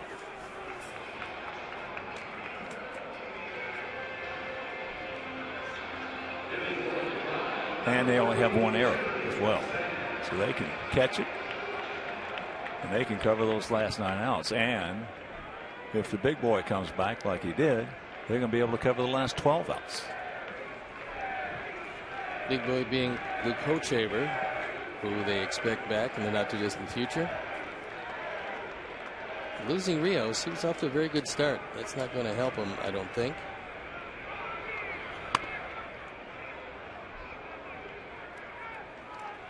And they'll be at our place next week. We're going to have some interesting games with those guys this year. If the first series is any indication of the feistiness between two teams, which I love. Sometimes you got to be a little feisty, you know. There's a strike. In fact, when we get back off this road trip, we'll finish it up Friday, Saturday, and Sunday in Troy. We come home Monday, Tuesday, Wednesday against Cleveland, and then Thursday, Friday, Saturday, and Sunday against the Royals. That's just into center field for the base hit. So Sands is 1 for 2. It's a picture of Anthony Swarzak. Indians got him. You might remember him with the Minnesota Twins. He spent a while with them.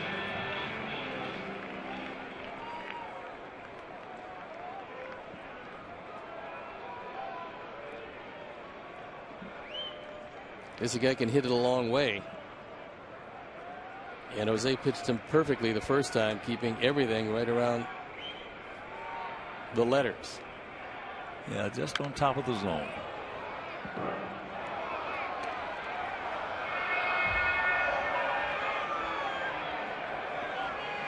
Last year with Oakland, 25 homers, drove in 81.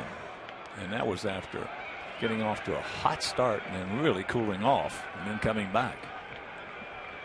Well, he had 21 of his 25 homers before the All-Star break. Yeah. Nice stop once again by Tyler.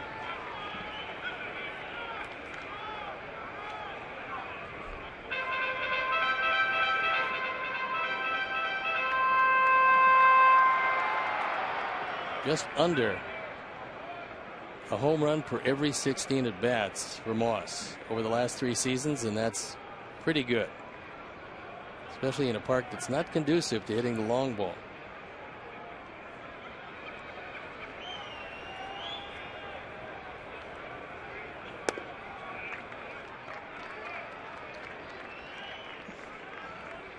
Certainly don't want to throw too many down there. That is the sweet spot for Moss and a lot of other left-handed power hitters. 3-6-1 for us, 0-2-0 for them here in their half of the 4th inning if you're just joining us. Good strike.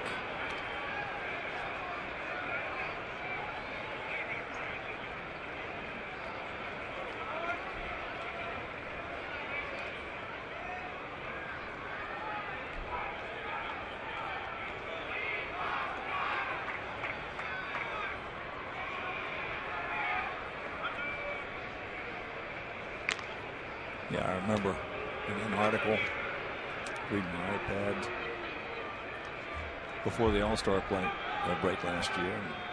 And I was saying, is it possible that playing in Oakland he could hit 50 this year? Yeah, we got half that. Yeah.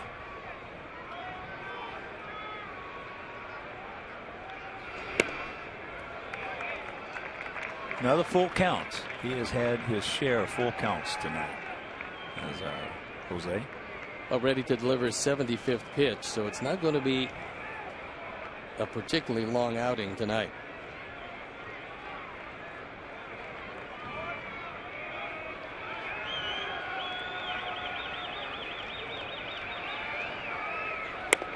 He gone.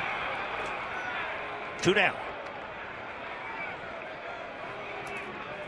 Good 3-2 curveball.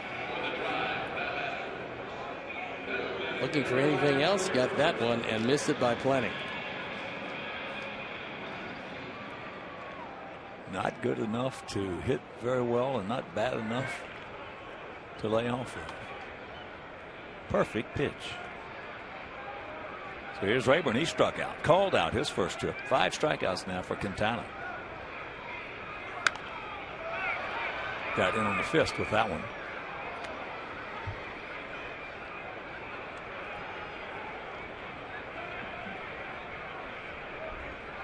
We still have no news about Carlos Carrasco.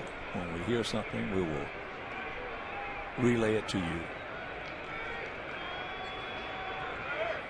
You just got a feeling it might be a broken jaw.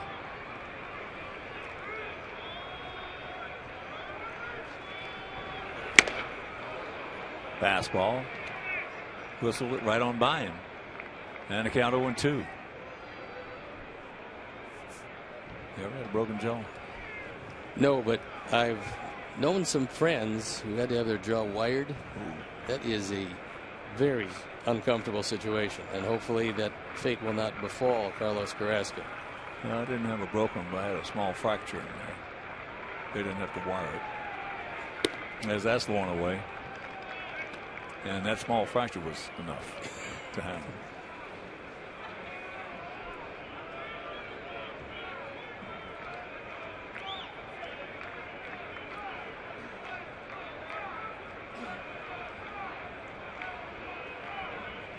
Outfield straight up, spread out. The 1-2 pitch. Tried to heat him upstairs and throw it by him, but Rayburn able to battle and fight it off.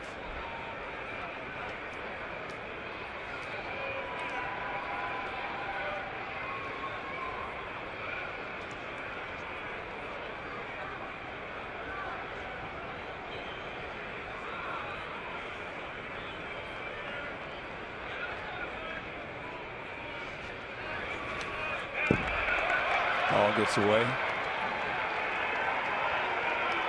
Sands into second. That is charged a pass ball.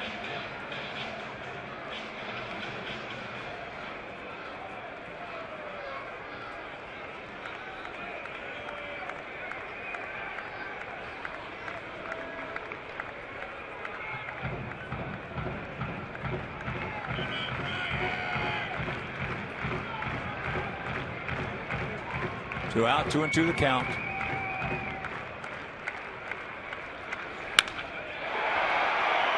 And that's going to be a base hit. So Sands will score, and it's a 3-1 ball game. Fastball up to this point is going to make that an unearned run. It's not unusual to see Ryan Rayburn do some damage against anybody wearing a Sox uniform. Drives in his 4th run of the year. And Sands, who doesn't have great speed, scores easily.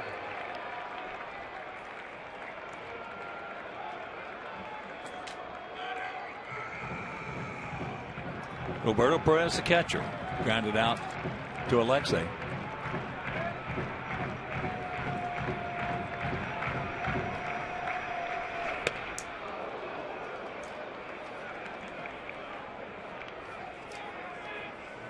Rayburn went to a full count his first at bat when he struck out. Went to a full count there and gets a double.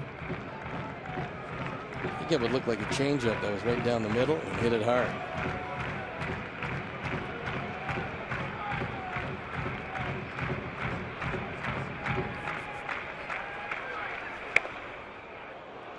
Takes it up, takes a strike, and the count 0-2. Ivan Berkeley over the last couple of years has convinced Perez that he has to take a lower leg kick than he was used to because he couldn't get his hands down set in time. Late on a whole lot of pitches. Lately he's been hitting the ball pretty well.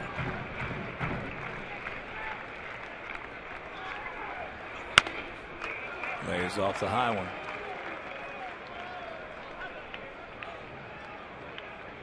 There's a look at Van Berkeley. Came over with Terry Francona when Tito took over the reins of the ball club.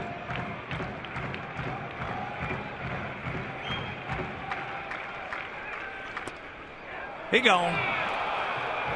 But the unearned run crosses the plate, and we're into the fifth, leading 3-1.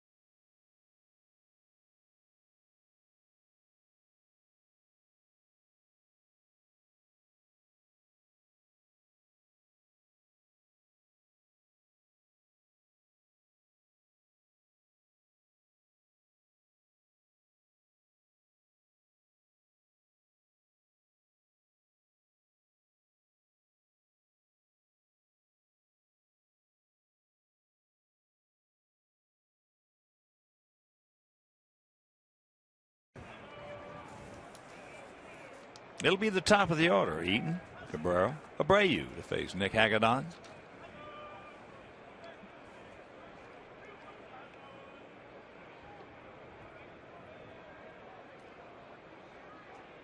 Gap out there in right center. First pitch strike. We've been talking about the two table setters getting on base and giving those guys in the middle a chance to drive them home. That's what happened in the first inning with Eaton and Cabrera with base hits. Both came around to score.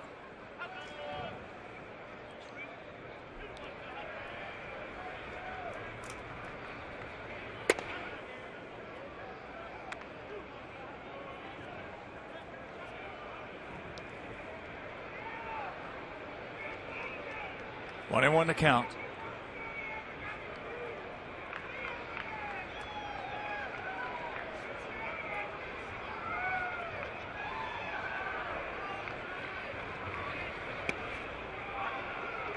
Drops that hook on him. Come on, Adam. Good two-strike hitter, buddy.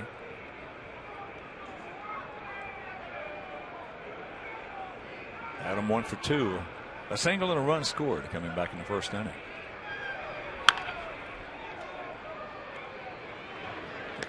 Ramirez throws him out. That'll bring up Cabrera. And here's what he did his first time up in the first inning. Looked like a backdoor breaking ball, and it hit Carrasco square in the jaw on the left side.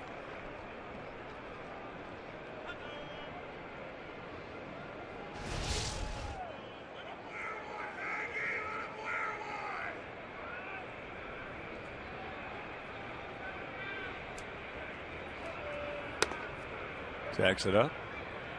He did not go in the count 1-0.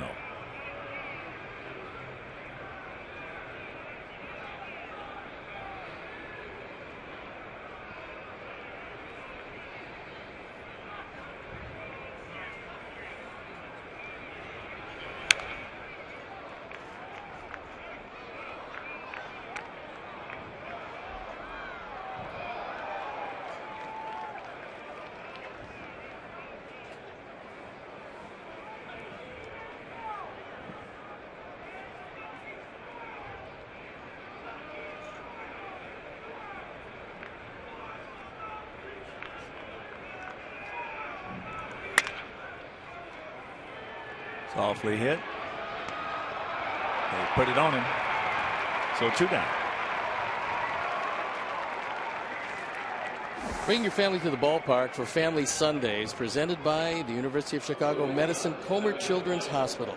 Tickets start as low as $5 and parking is just $10. White Sox and Comer Children's Hospital. Team up for the kids' health. Purchase your tickets today by visiting whitesox.com/Sundays or calling 866-SOX-GAME. Jose has struck out and popped up to right field.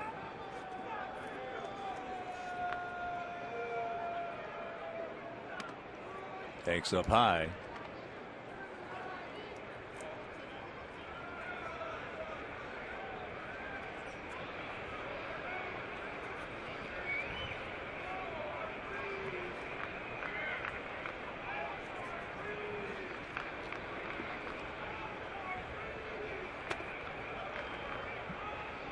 And takes down low. 2-0.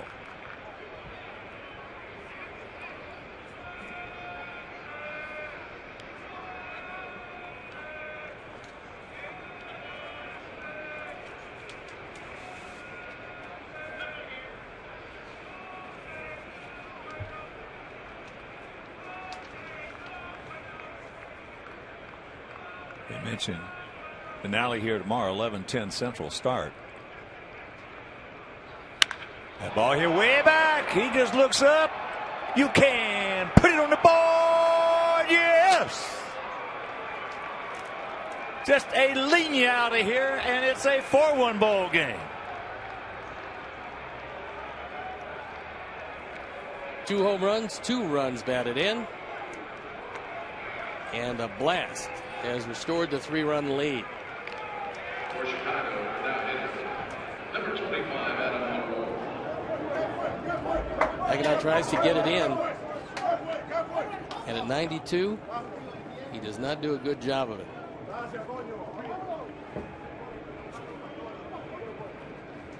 So here's Adam.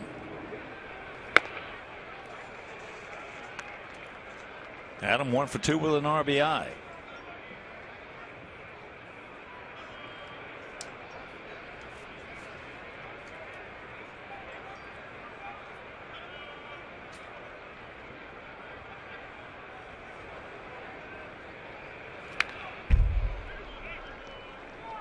Fouls that back.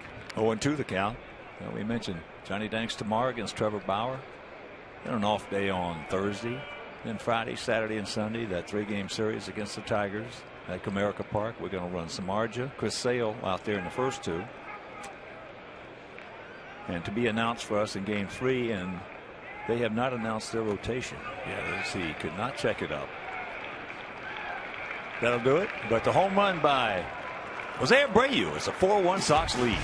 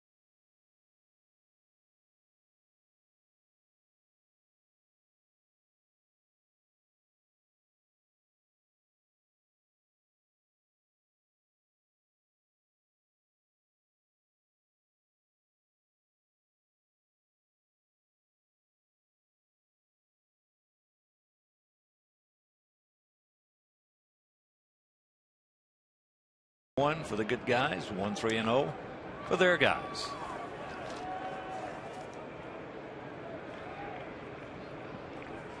Jose Ramirez will lead it off. Takes first pitch strike. He reached on an error by Gillespie in the third inning.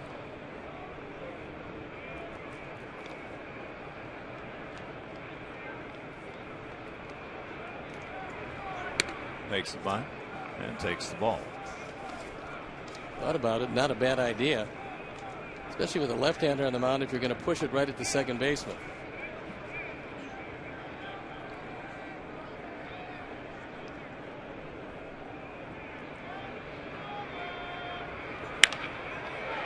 That's off the end of the bat into left field.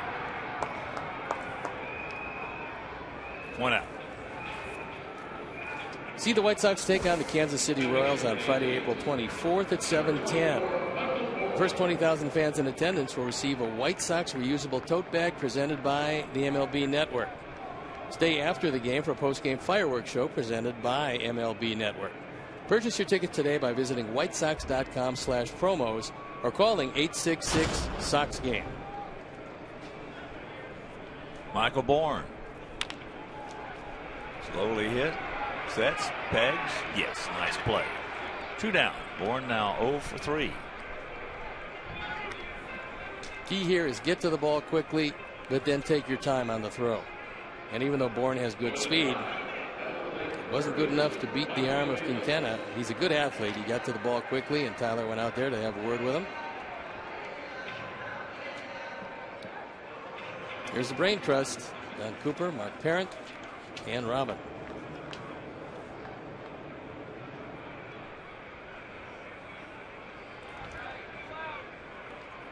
Agaviles. He has singled hard in the center and walked. Takes first pitch strike.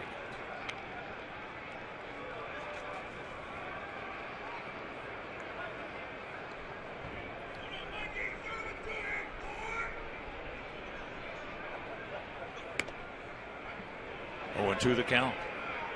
2 good pitches. One low and in, the other up and away, both in the zone.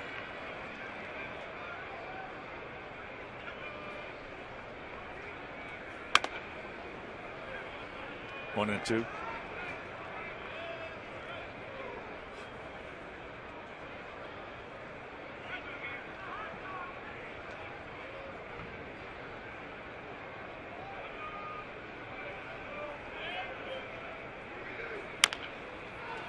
And that's slowly hit.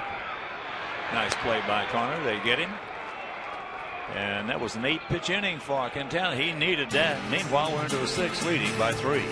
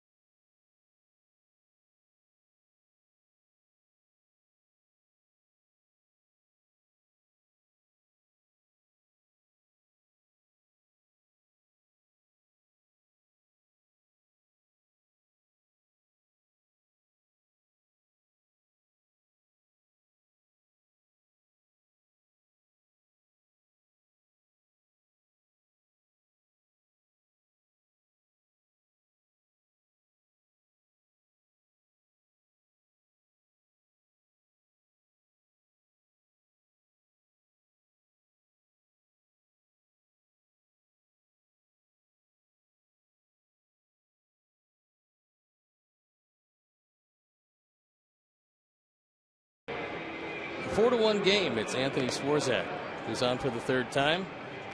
Opponent's hitting just .222.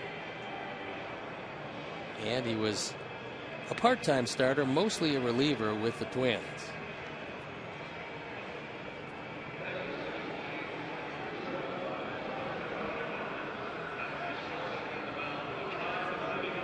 It's the top of the 6th inning in a 4-1 Sox lead.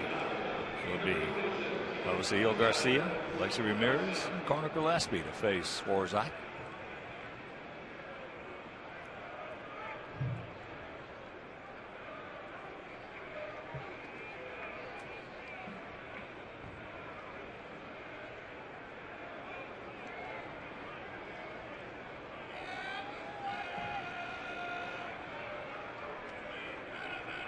He is 1 for 2 with an RBI and a run scored.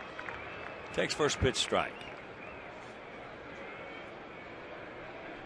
Indians defense is shading him a couple of steps to right center field.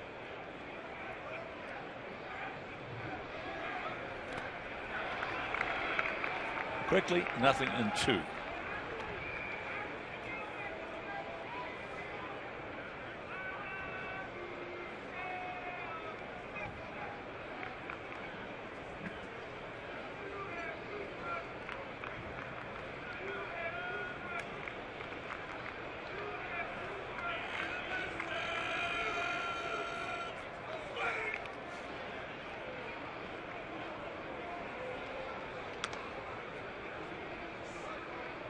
Just tuning in, Sox with 2 in the first, 1 in the fourth, 1 in the fifth.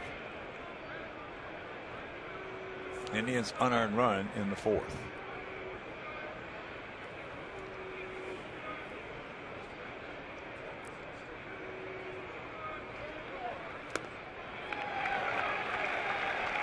One out.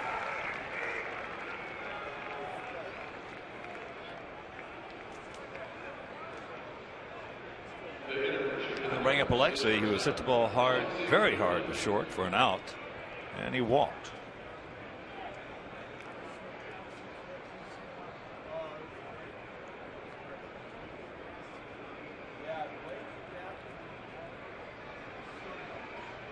Now feels straight up, about equidistant. That's off his foot.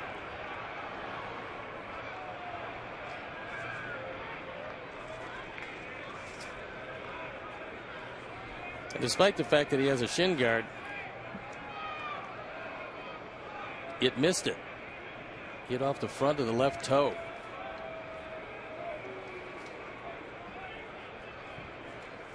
Well, one thing about Alexi too, you know, he will be a nominee for an Oscar every now and then. Well, that's true, but he doesn't come out of the game. No, he does not come out. He's a gamer. He will not come out. He wants to play. He's got 4 straight seasons with exactly 158 games played. And we'll pretty much guarantee you that the 4 games he didn't play, he didn't ask for those days off. He's something. He really is an amazing guy. That stamina and durability.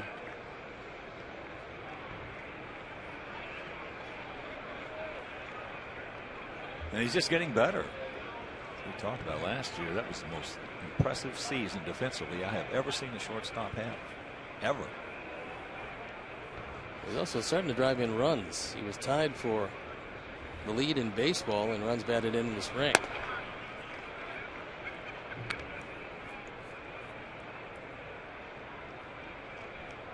Five years with at least 70 runs batted in for Alexi.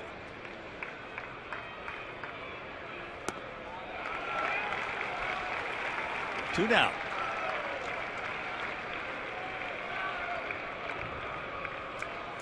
Swarzak's a pretty dependable fellow and a durable one. Led the major leagues in relief innings pitched in 2013. He had 96 innings out of the pen. That covered 48 appearances. And that was with the Twins, and that's a whole lot of work.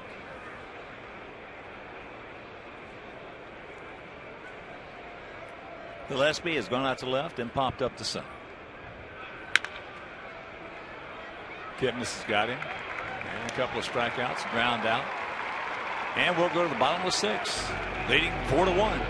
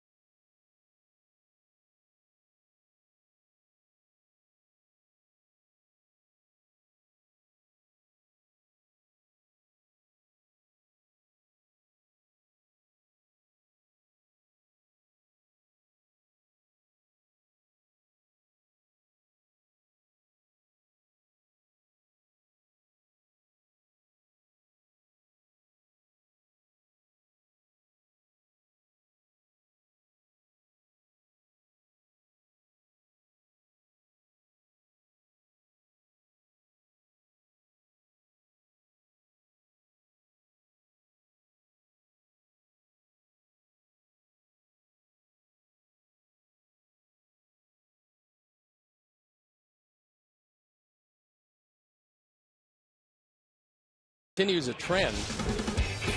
The trend is the pitching the last 2 games. 0-4, the ERA 6.75, 2-game winning streak, an ERA of 3. But 20 strikeouts, just 3 walks after going 19 and 18 strikeouts to walks. That's been the biggest factor in keeping the runs down. Here's Kipnis. Ball hit sharply. 1 pitch. 1 out. Jackson now 0 for 3. Hit the ball hard twice. That Sox bullpen up and going as Quintana is reaching the upper limits of an early season start as far as the pitchers are concerned.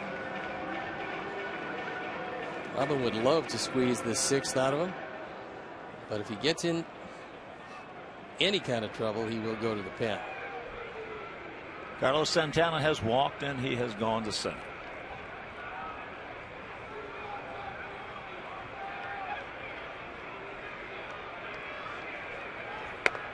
First pitch strike.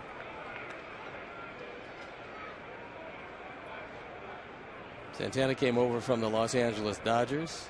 Casey Blake deal. He's proven to be a pretty good one.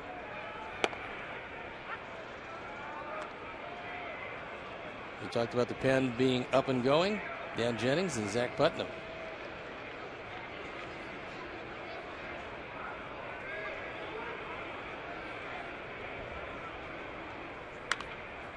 Big rip. And the count 0-2.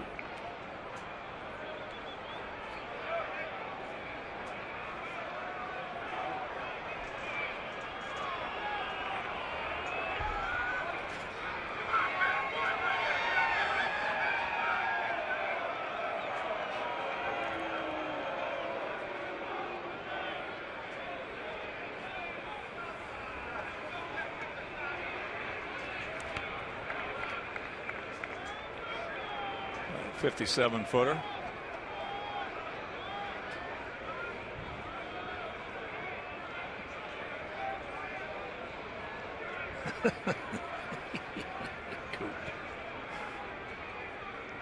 He is something.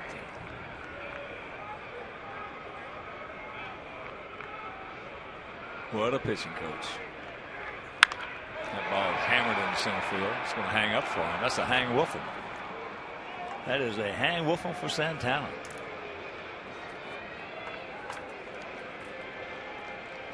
2 balls hit hard. In the bottom of the 6th, fortunately, right at him. And here's Jerry Sands. He's going out to right. Then he singled and scored. Scored after he went second on the pass ball, which made it an unearned run.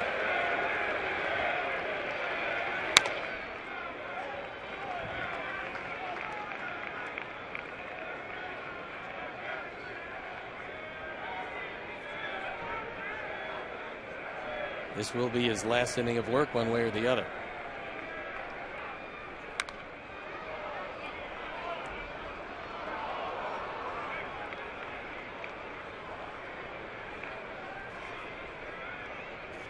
Don wants to find out if the guys in the pen are ready.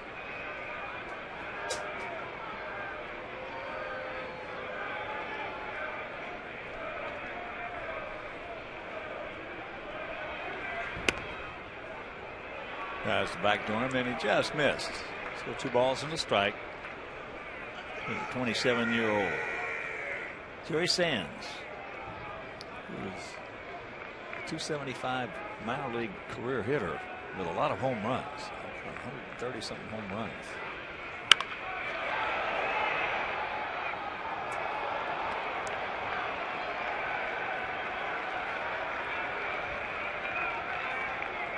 Well, the young man brought his glove, and it paid some dividends.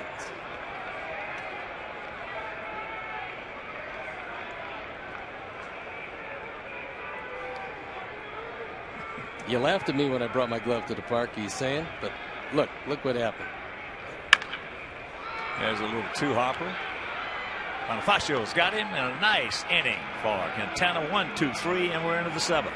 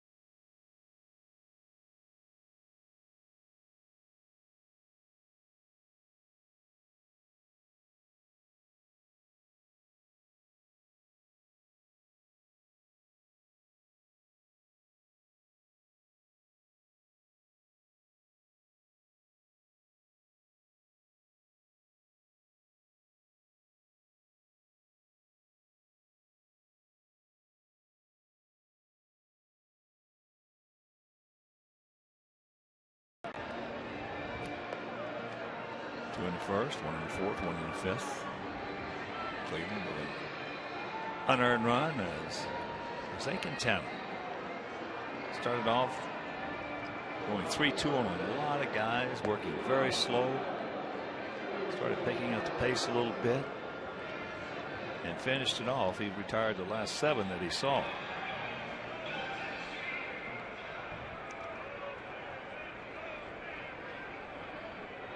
So it'll be Flowers, Bonifacio, and Eaton To face Anthony Schwarzak.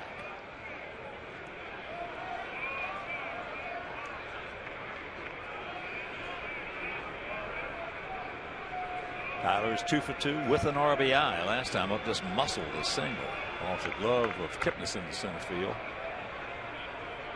and that scored Javi Garcia.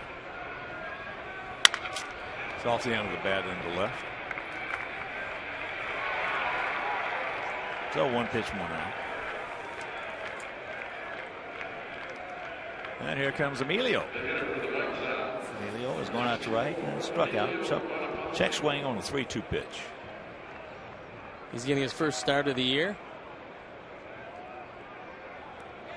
And trying to make the most of it, but so far hasn't worked out for him. Well, so far it's worked out for the team, though. It sure has to this point.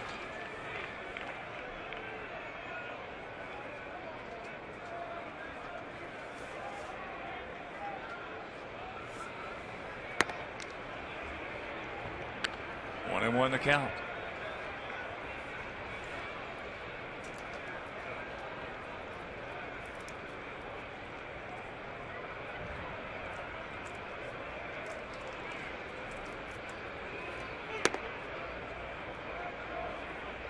So 2 balls in the strike. And once again, a reminder, 11:10 start in the morning. That game will be over Comcast Sportsnet. Johnny Danks against Trevor Bauer.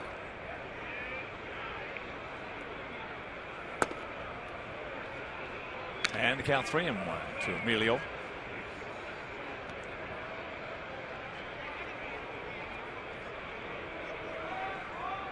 Then an off day on Thursday, Friday, Saturday, and Sunday from Comerica Park against Detroit.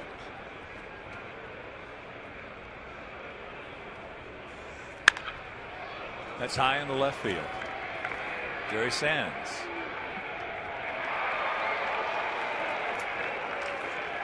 Provide your guests with the ultimate all-inclusive White Sox experience in the Home Plate Club or Magellan Scout Seats. These 2 premium seating areas are the best way to entertain your most important clients, employees, friends, or family. For more information, call 312-674-1000 or visit whitesox.com/premium seating. Adam Eaton let out the ball game with an infield single, came around to score.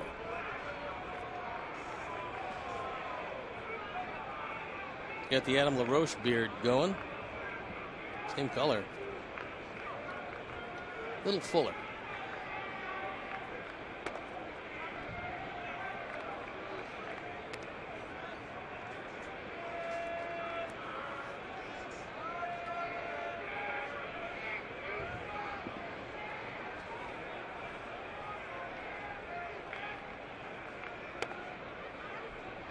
Inside strike is called. Not a bad pitch. Could have gone either way. It went Swarzak's way. Adam and a little discussion with Brian Knight. Double him up. And that's down into the corner. So he is going to round second base. Now a good throw is going to be close. He gone. Beautiful relay right there by the Indians.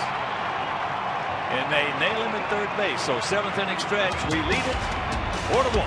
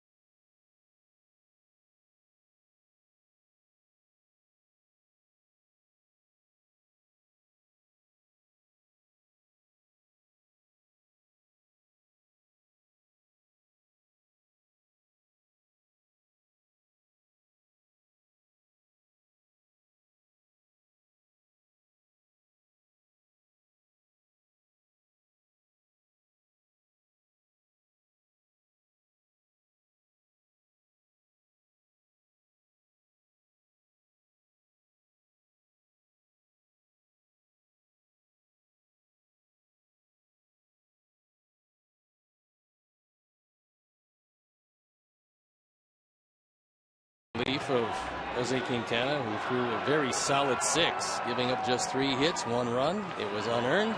And there you look at Jennings, on for the 4th time. Yeah, last time we saw him in a couple of innings, he probably had the best stuff he's had all year. So hopefully that'll stay with him.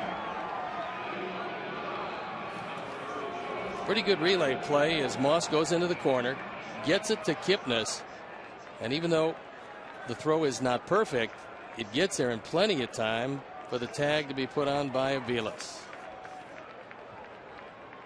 It'll go 9-4-5. So here's Moss.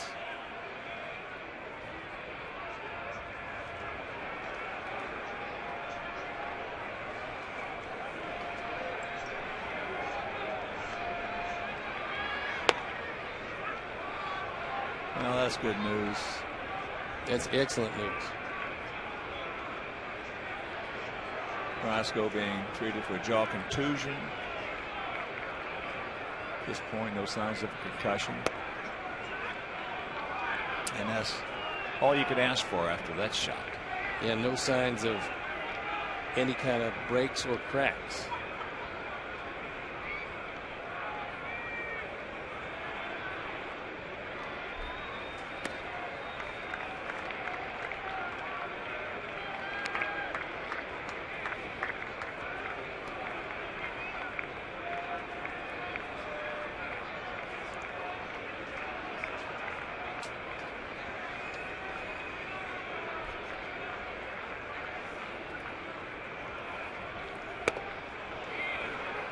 He gone.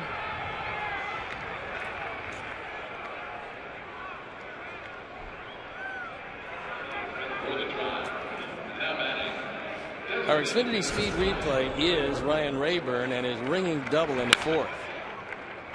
As they get careless with what appeared to be a straight change.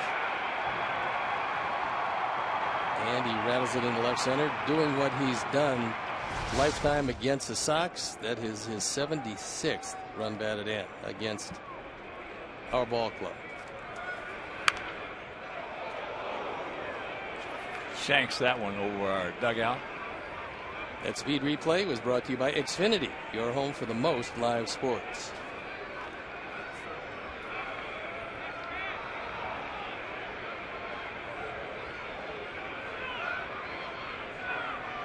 Now field straight up, spread out.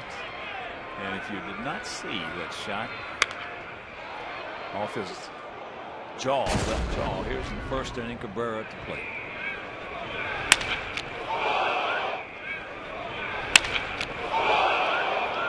He is amazingly lucky. He's going to be sore, but it could have been a whole lot worse than it turned out to be.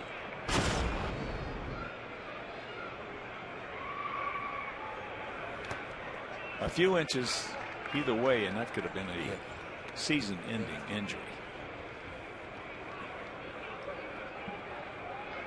A lot of pitchers will tell you that when you have an injury like that, after getting hit as he did, the psychological aspect of the injury lasts a lot longer than the physical aspect of it. With no breaks and no concussion, he's going to heal rather quickly, although it's going to be very sore. But you got to somehow get that out of your memory banks and go back to the mound and still throw outside the left-handers. He gone. Back door. 2 down. Well, it's the same thing as a hitter getting hit in the head. Yeah, it's exactly the same. It takes a lot of courage to get back in there. Told you that story. One of the most amazing things I've ever seen. When I was a youngster, I was a visiting team bat boy in Savannah in the Sally League when Hank Aaron, of course, was at Jacksonville. And they had a loaded team, a lot of major leaguers in that league. Frank Robinson was at Columbia. Well, they came in to play Savannah, and it was the Saturday night. Frank Robinson got hit in the head. This is before they wore helmets. And before they were really concerned about concussions. Well, they didn't know what the word concussion meant. And he was bleeding out of the ears and out of his mouth. And they took him to the hospital and he came back and played Sunday afternoon and hit 3 home runs. Didn't take him long to get back in that saddle at all.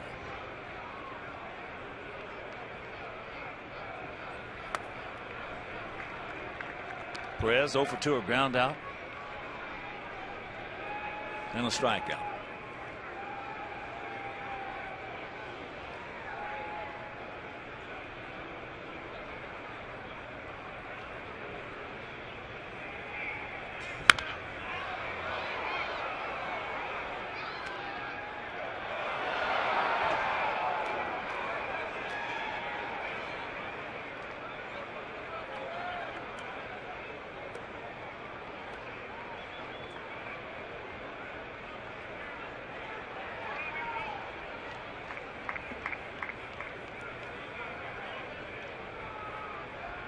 Two out and the 2-2 pitch.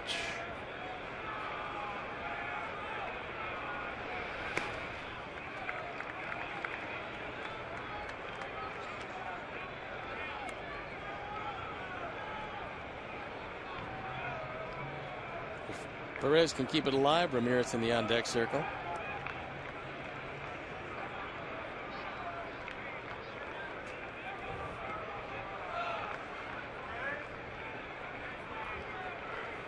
Payoff pitch.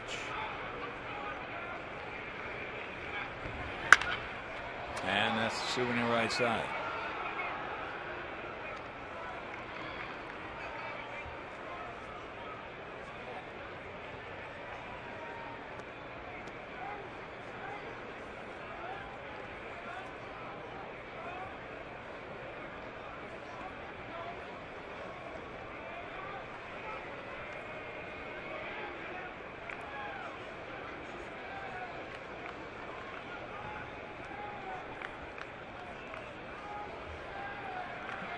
And once again, the 3-2.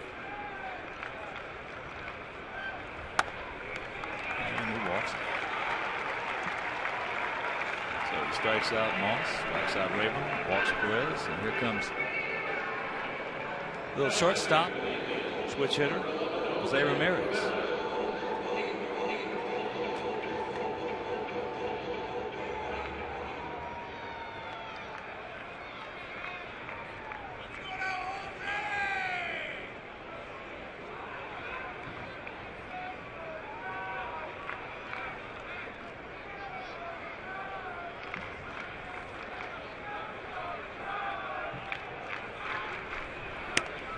There's a strike. He's reached on an arrow and he's gone out to left field.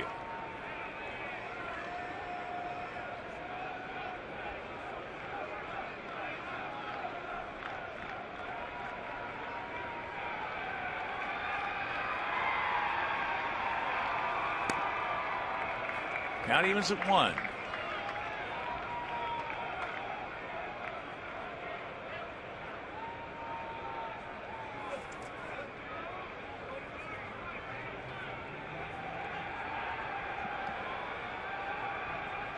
Detroit-Pittsburgh game in the top of the 9th. Tigers leading 1-0. Golfley hit. Oh, low throw. So the second error of the game. And Alexi's second error of the season.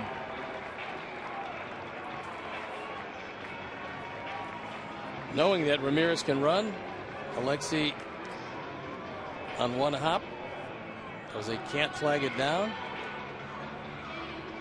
And 2 men in scoring position. Here comes Don Cooper. Well, what made that play was Roberto Perez. Patient at bat. He got a good jump. Alexi was going to go for the force at second. He saw Perez was going to beat it, then changed direction too late. And ergo the bad throw. If Perez is just cool breezing it in the second, they get it. That's why base running is absolutely paramount to contending teams. And another factor is when you're getting an opportunity now to ascend from the backup catcher, to show not only your manager and your general manager, but all of baseball, that you can actually be the #1 catcher. It behooves you to hustle every time you get an opportunity. Well, that should be inherent in every player that puts a jockstrap on. So here's Bourne.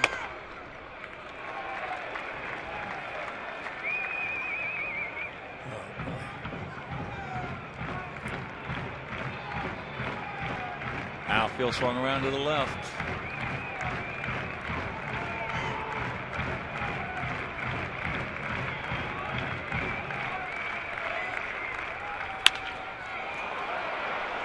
Good job by James. He's going to pitch over the mistake. We have concluded 7 and we lead it by 3.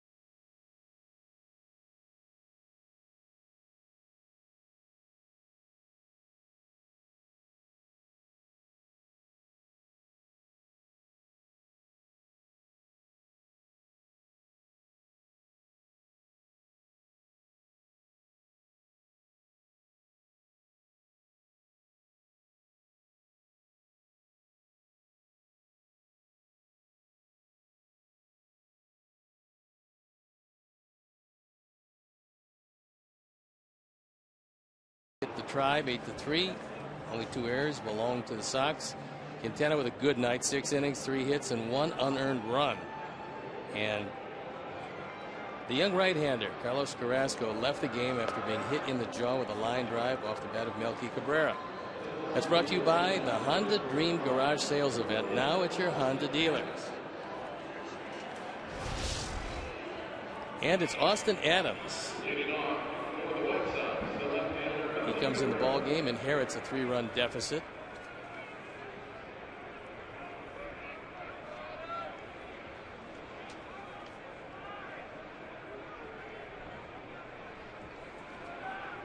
Cabrera, Abreu, and LaRoche.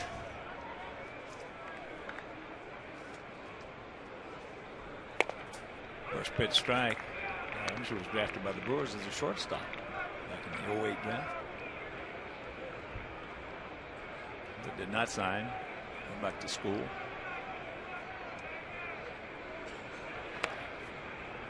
And last year spent most of the year at Columbus, which is AAA for the Indians.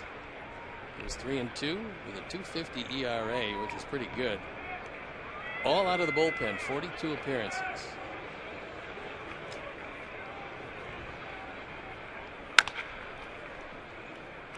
A lot of topspin. Ramirez handles it perfectly. So Cabrera now 1 for 4. The batter for Chicago, the first baseman Jose Abreu.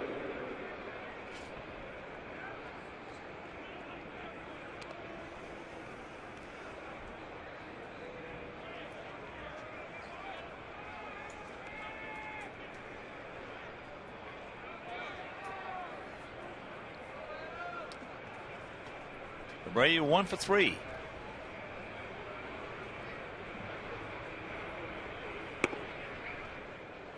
Our fourth drive of the game came in the 5th inning on a 2-0 count. Nick Hagedorn made a fastball on the inner portion. that to him. The second of the year.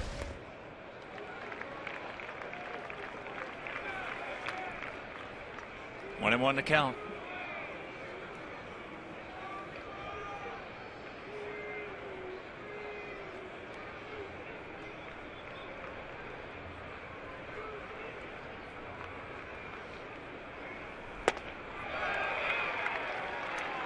Said he died of sliders so far to Jose.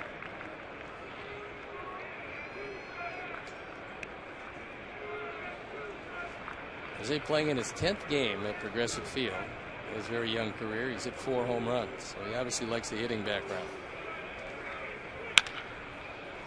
And a line drive, didn't miss for a catch. So hang with him, 2 down.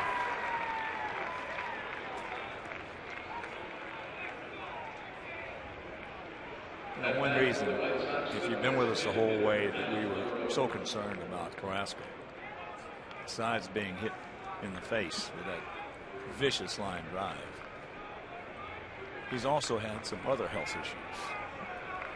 He had surgery in the offseason. For a young man, he had heart surgery. And then signed a relatively long-term deal with the Indians.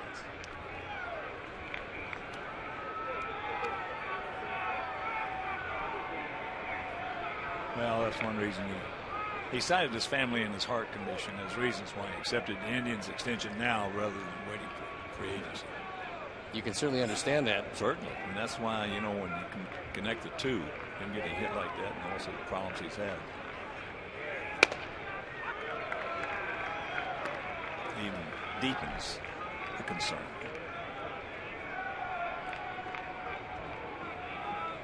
But with a negative set of X-rays, I'm sure a lot of folks around the front office in Cleveland breathing a sigh of relief, because he is a good one.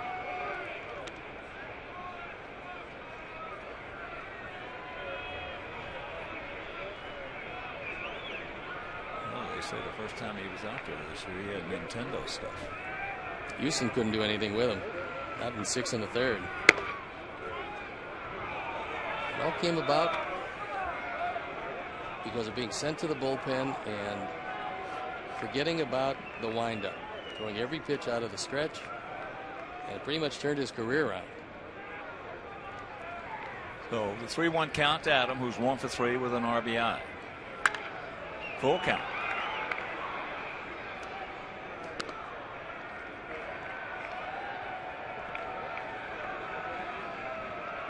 A little bit longer on the left, but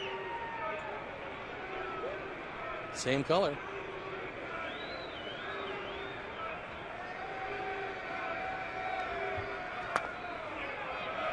He did not go.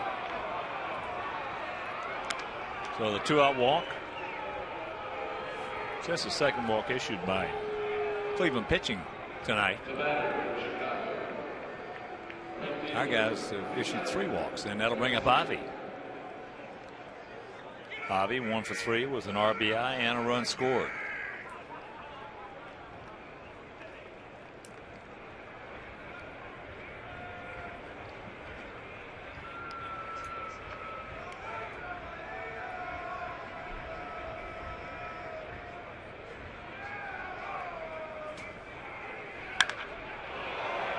That's high and deep in the center field. Going back now near the track, on the track, right in front of the fence. He just missed it. So that'll do it. We'll go to the bottom of the 8th inning, still leading 4-1.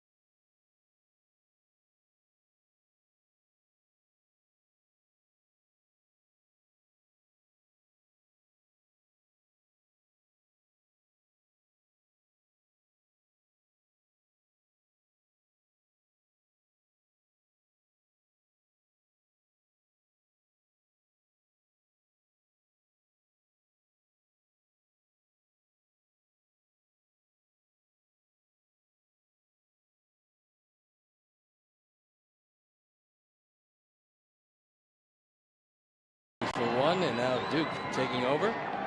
He's going to face the middle of the order for the Indians.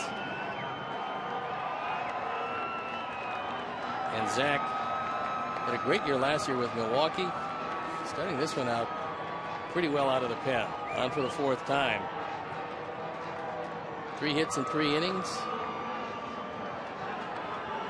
And a very lively fastball. Seen good late movement on it.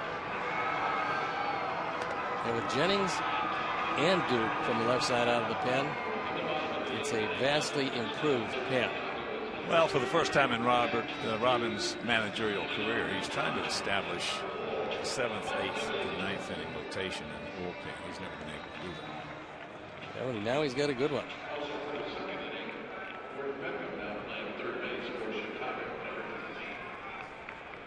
And of course, you might say to yourself, well, if he's going to do that every game, these guys are going to be worn out. Well, that's not the case, because every game is not going to be a close ball game. No, and when you get to close ball games, if you can do that, establish that 7th, 8th, and 9th inning, cover the last 9 outs, you got a chance. And this week is a rarity because there's 2 days off.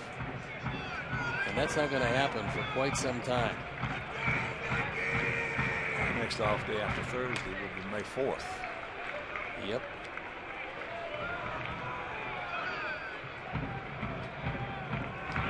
Makavilis. 1 for 2, a walk, a single, and a ground out to third.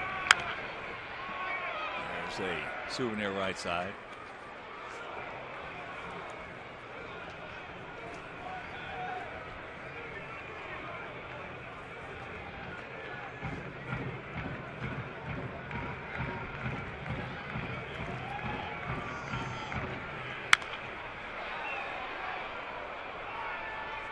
One and 2 the count.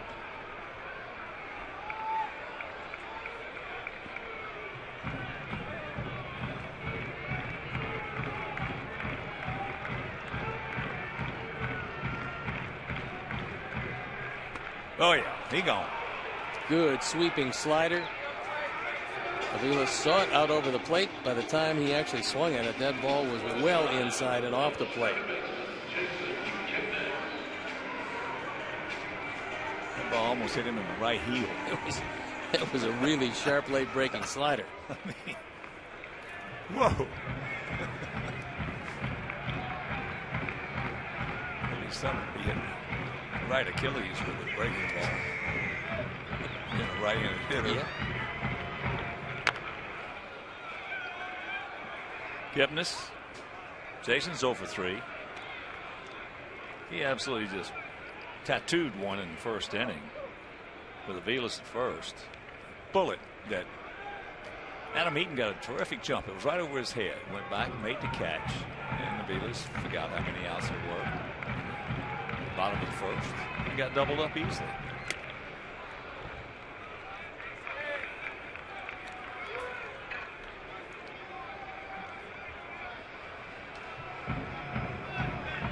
Here's looking like Aviles, who has one of the 3 Indian hits tonight.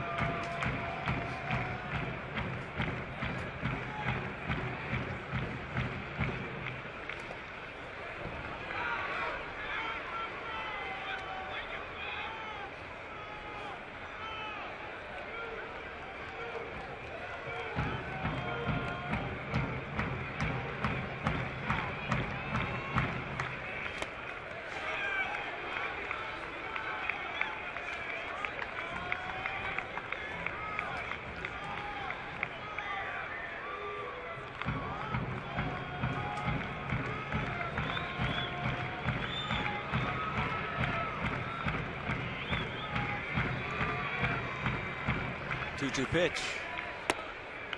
He's off of it.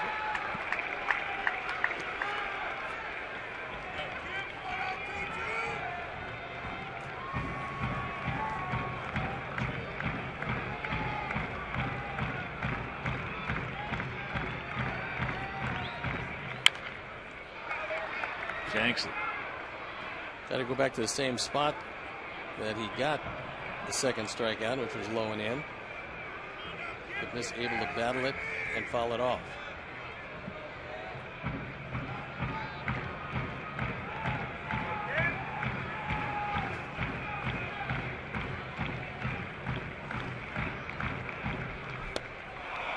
He gone. That's 4 strikeouts for the 2 lefties in an inning and 2/3. So Jennings struck out the first 2 he faced, and Duke has fanned the first 2 he's faced.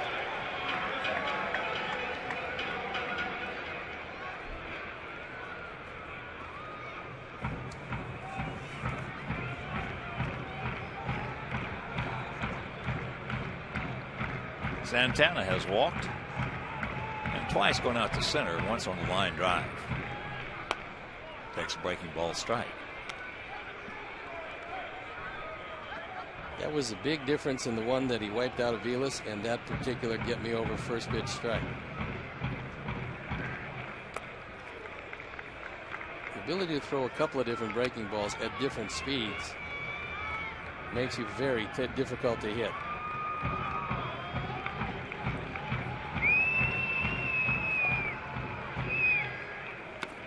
Well, from a hitter standpoint, a straight change is bad enough, but all of a sudden you get a guy out there who's changing speeds on his breaking ball, and now you get double trouble.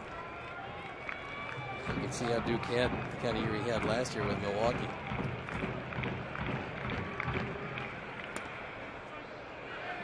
Just missed the outside corner.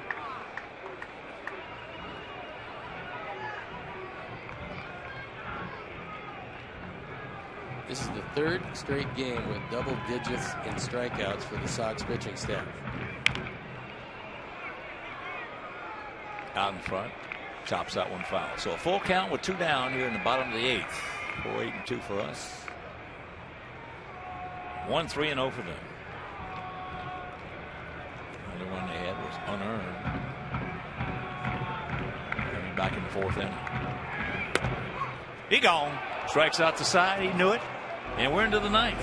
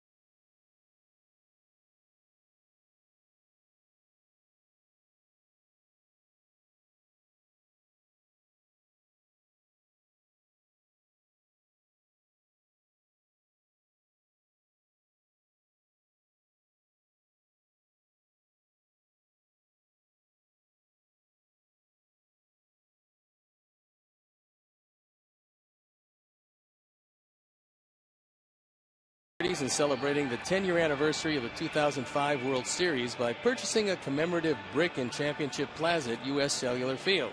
A limited number of bricks are available. For more information, visit WhiteSoxCharities.org/brickplaza.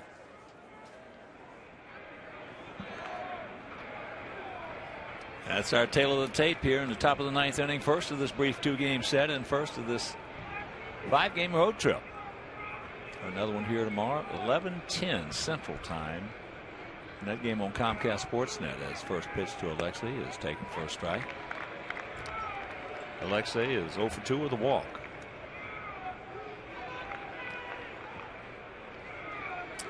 Then on an off day on Thursday,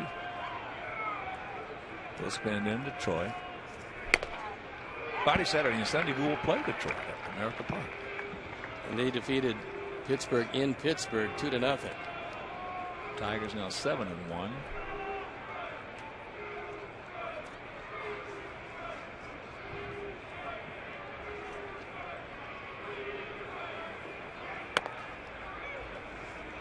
It's going to be a fun season. It's going to be a real, knockdown, drag out. Somebody's going to get knocked out battle in the American League Central.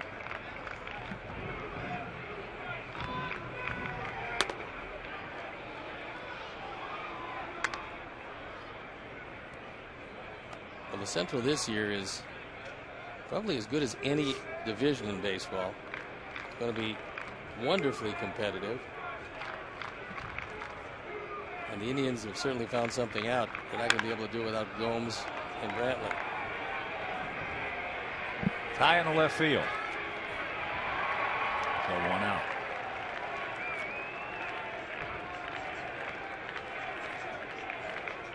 So here's Gordon. He's coming up for his first plate appearance. Gordon, of course, Sunday. A big 2-run homer. A bullet into the bullpen in left field at our place against Minnesota. Chopper 2 hopper. Ramirez has got him 2 down.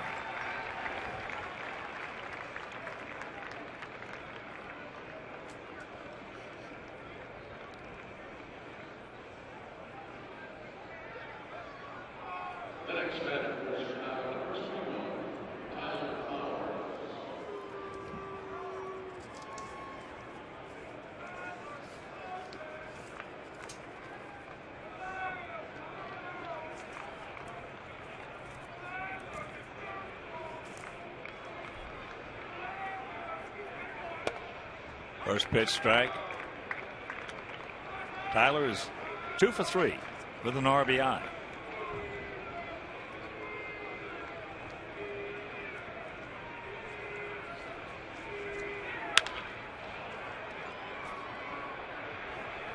That's into right field, and that's a quick 1-2-3 inning. Go to the bottom of the 9th inning. Sands, Moss, and Raven scheduled hitters.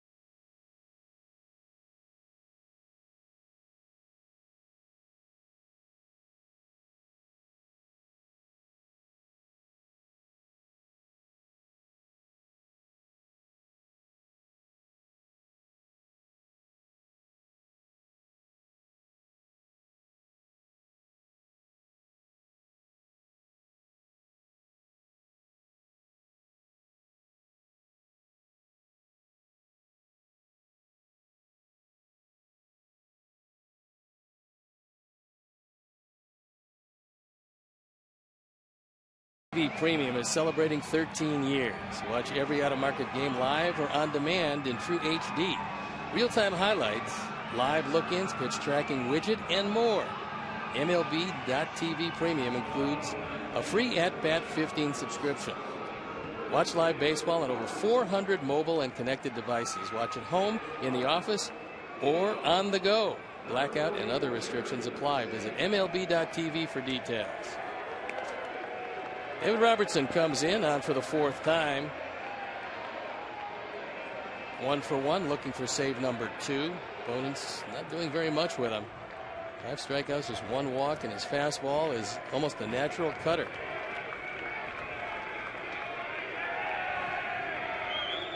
Four-1 Sox here in the bottom of the 9th inning, first of this 2-game set.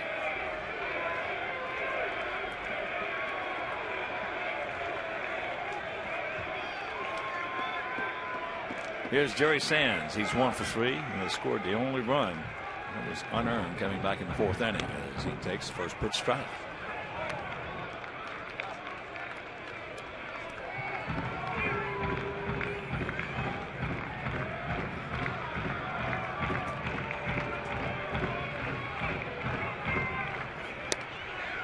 And the count 0-2.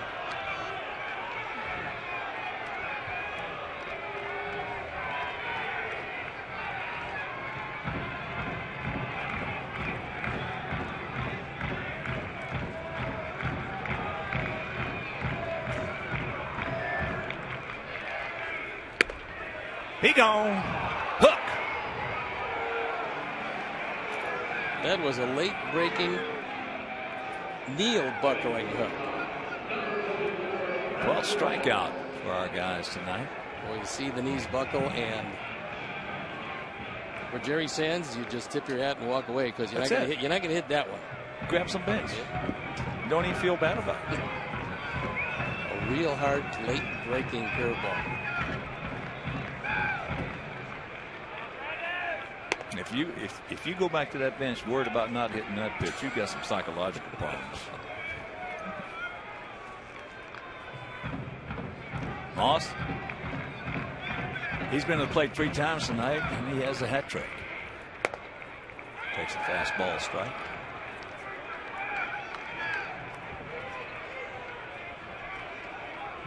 One and 1 to count. Once again, reminder, tomorrow 11:10 Central start on Comcast Sportsnet.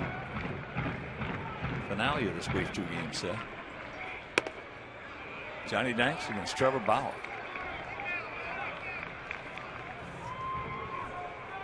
David Murphy in the on-deck circle. He's going to come on to hit for Rayburn.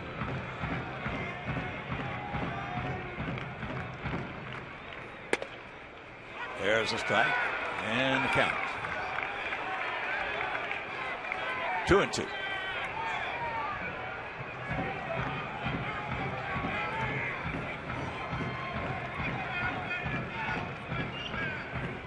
He gone. Golden sombrero. A 4-bagger for Moss, and this is some high heat. You move the ball in, out, up, and down.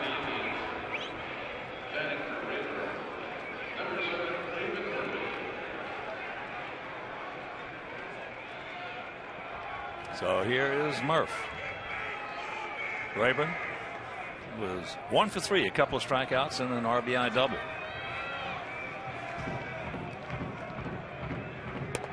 First pitch strike.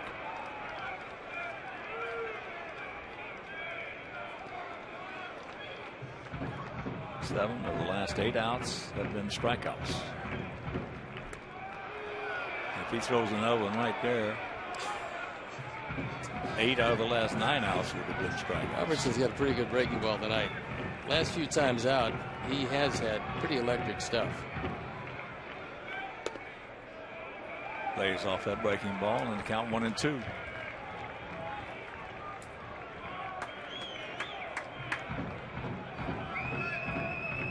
Hard high, slow low.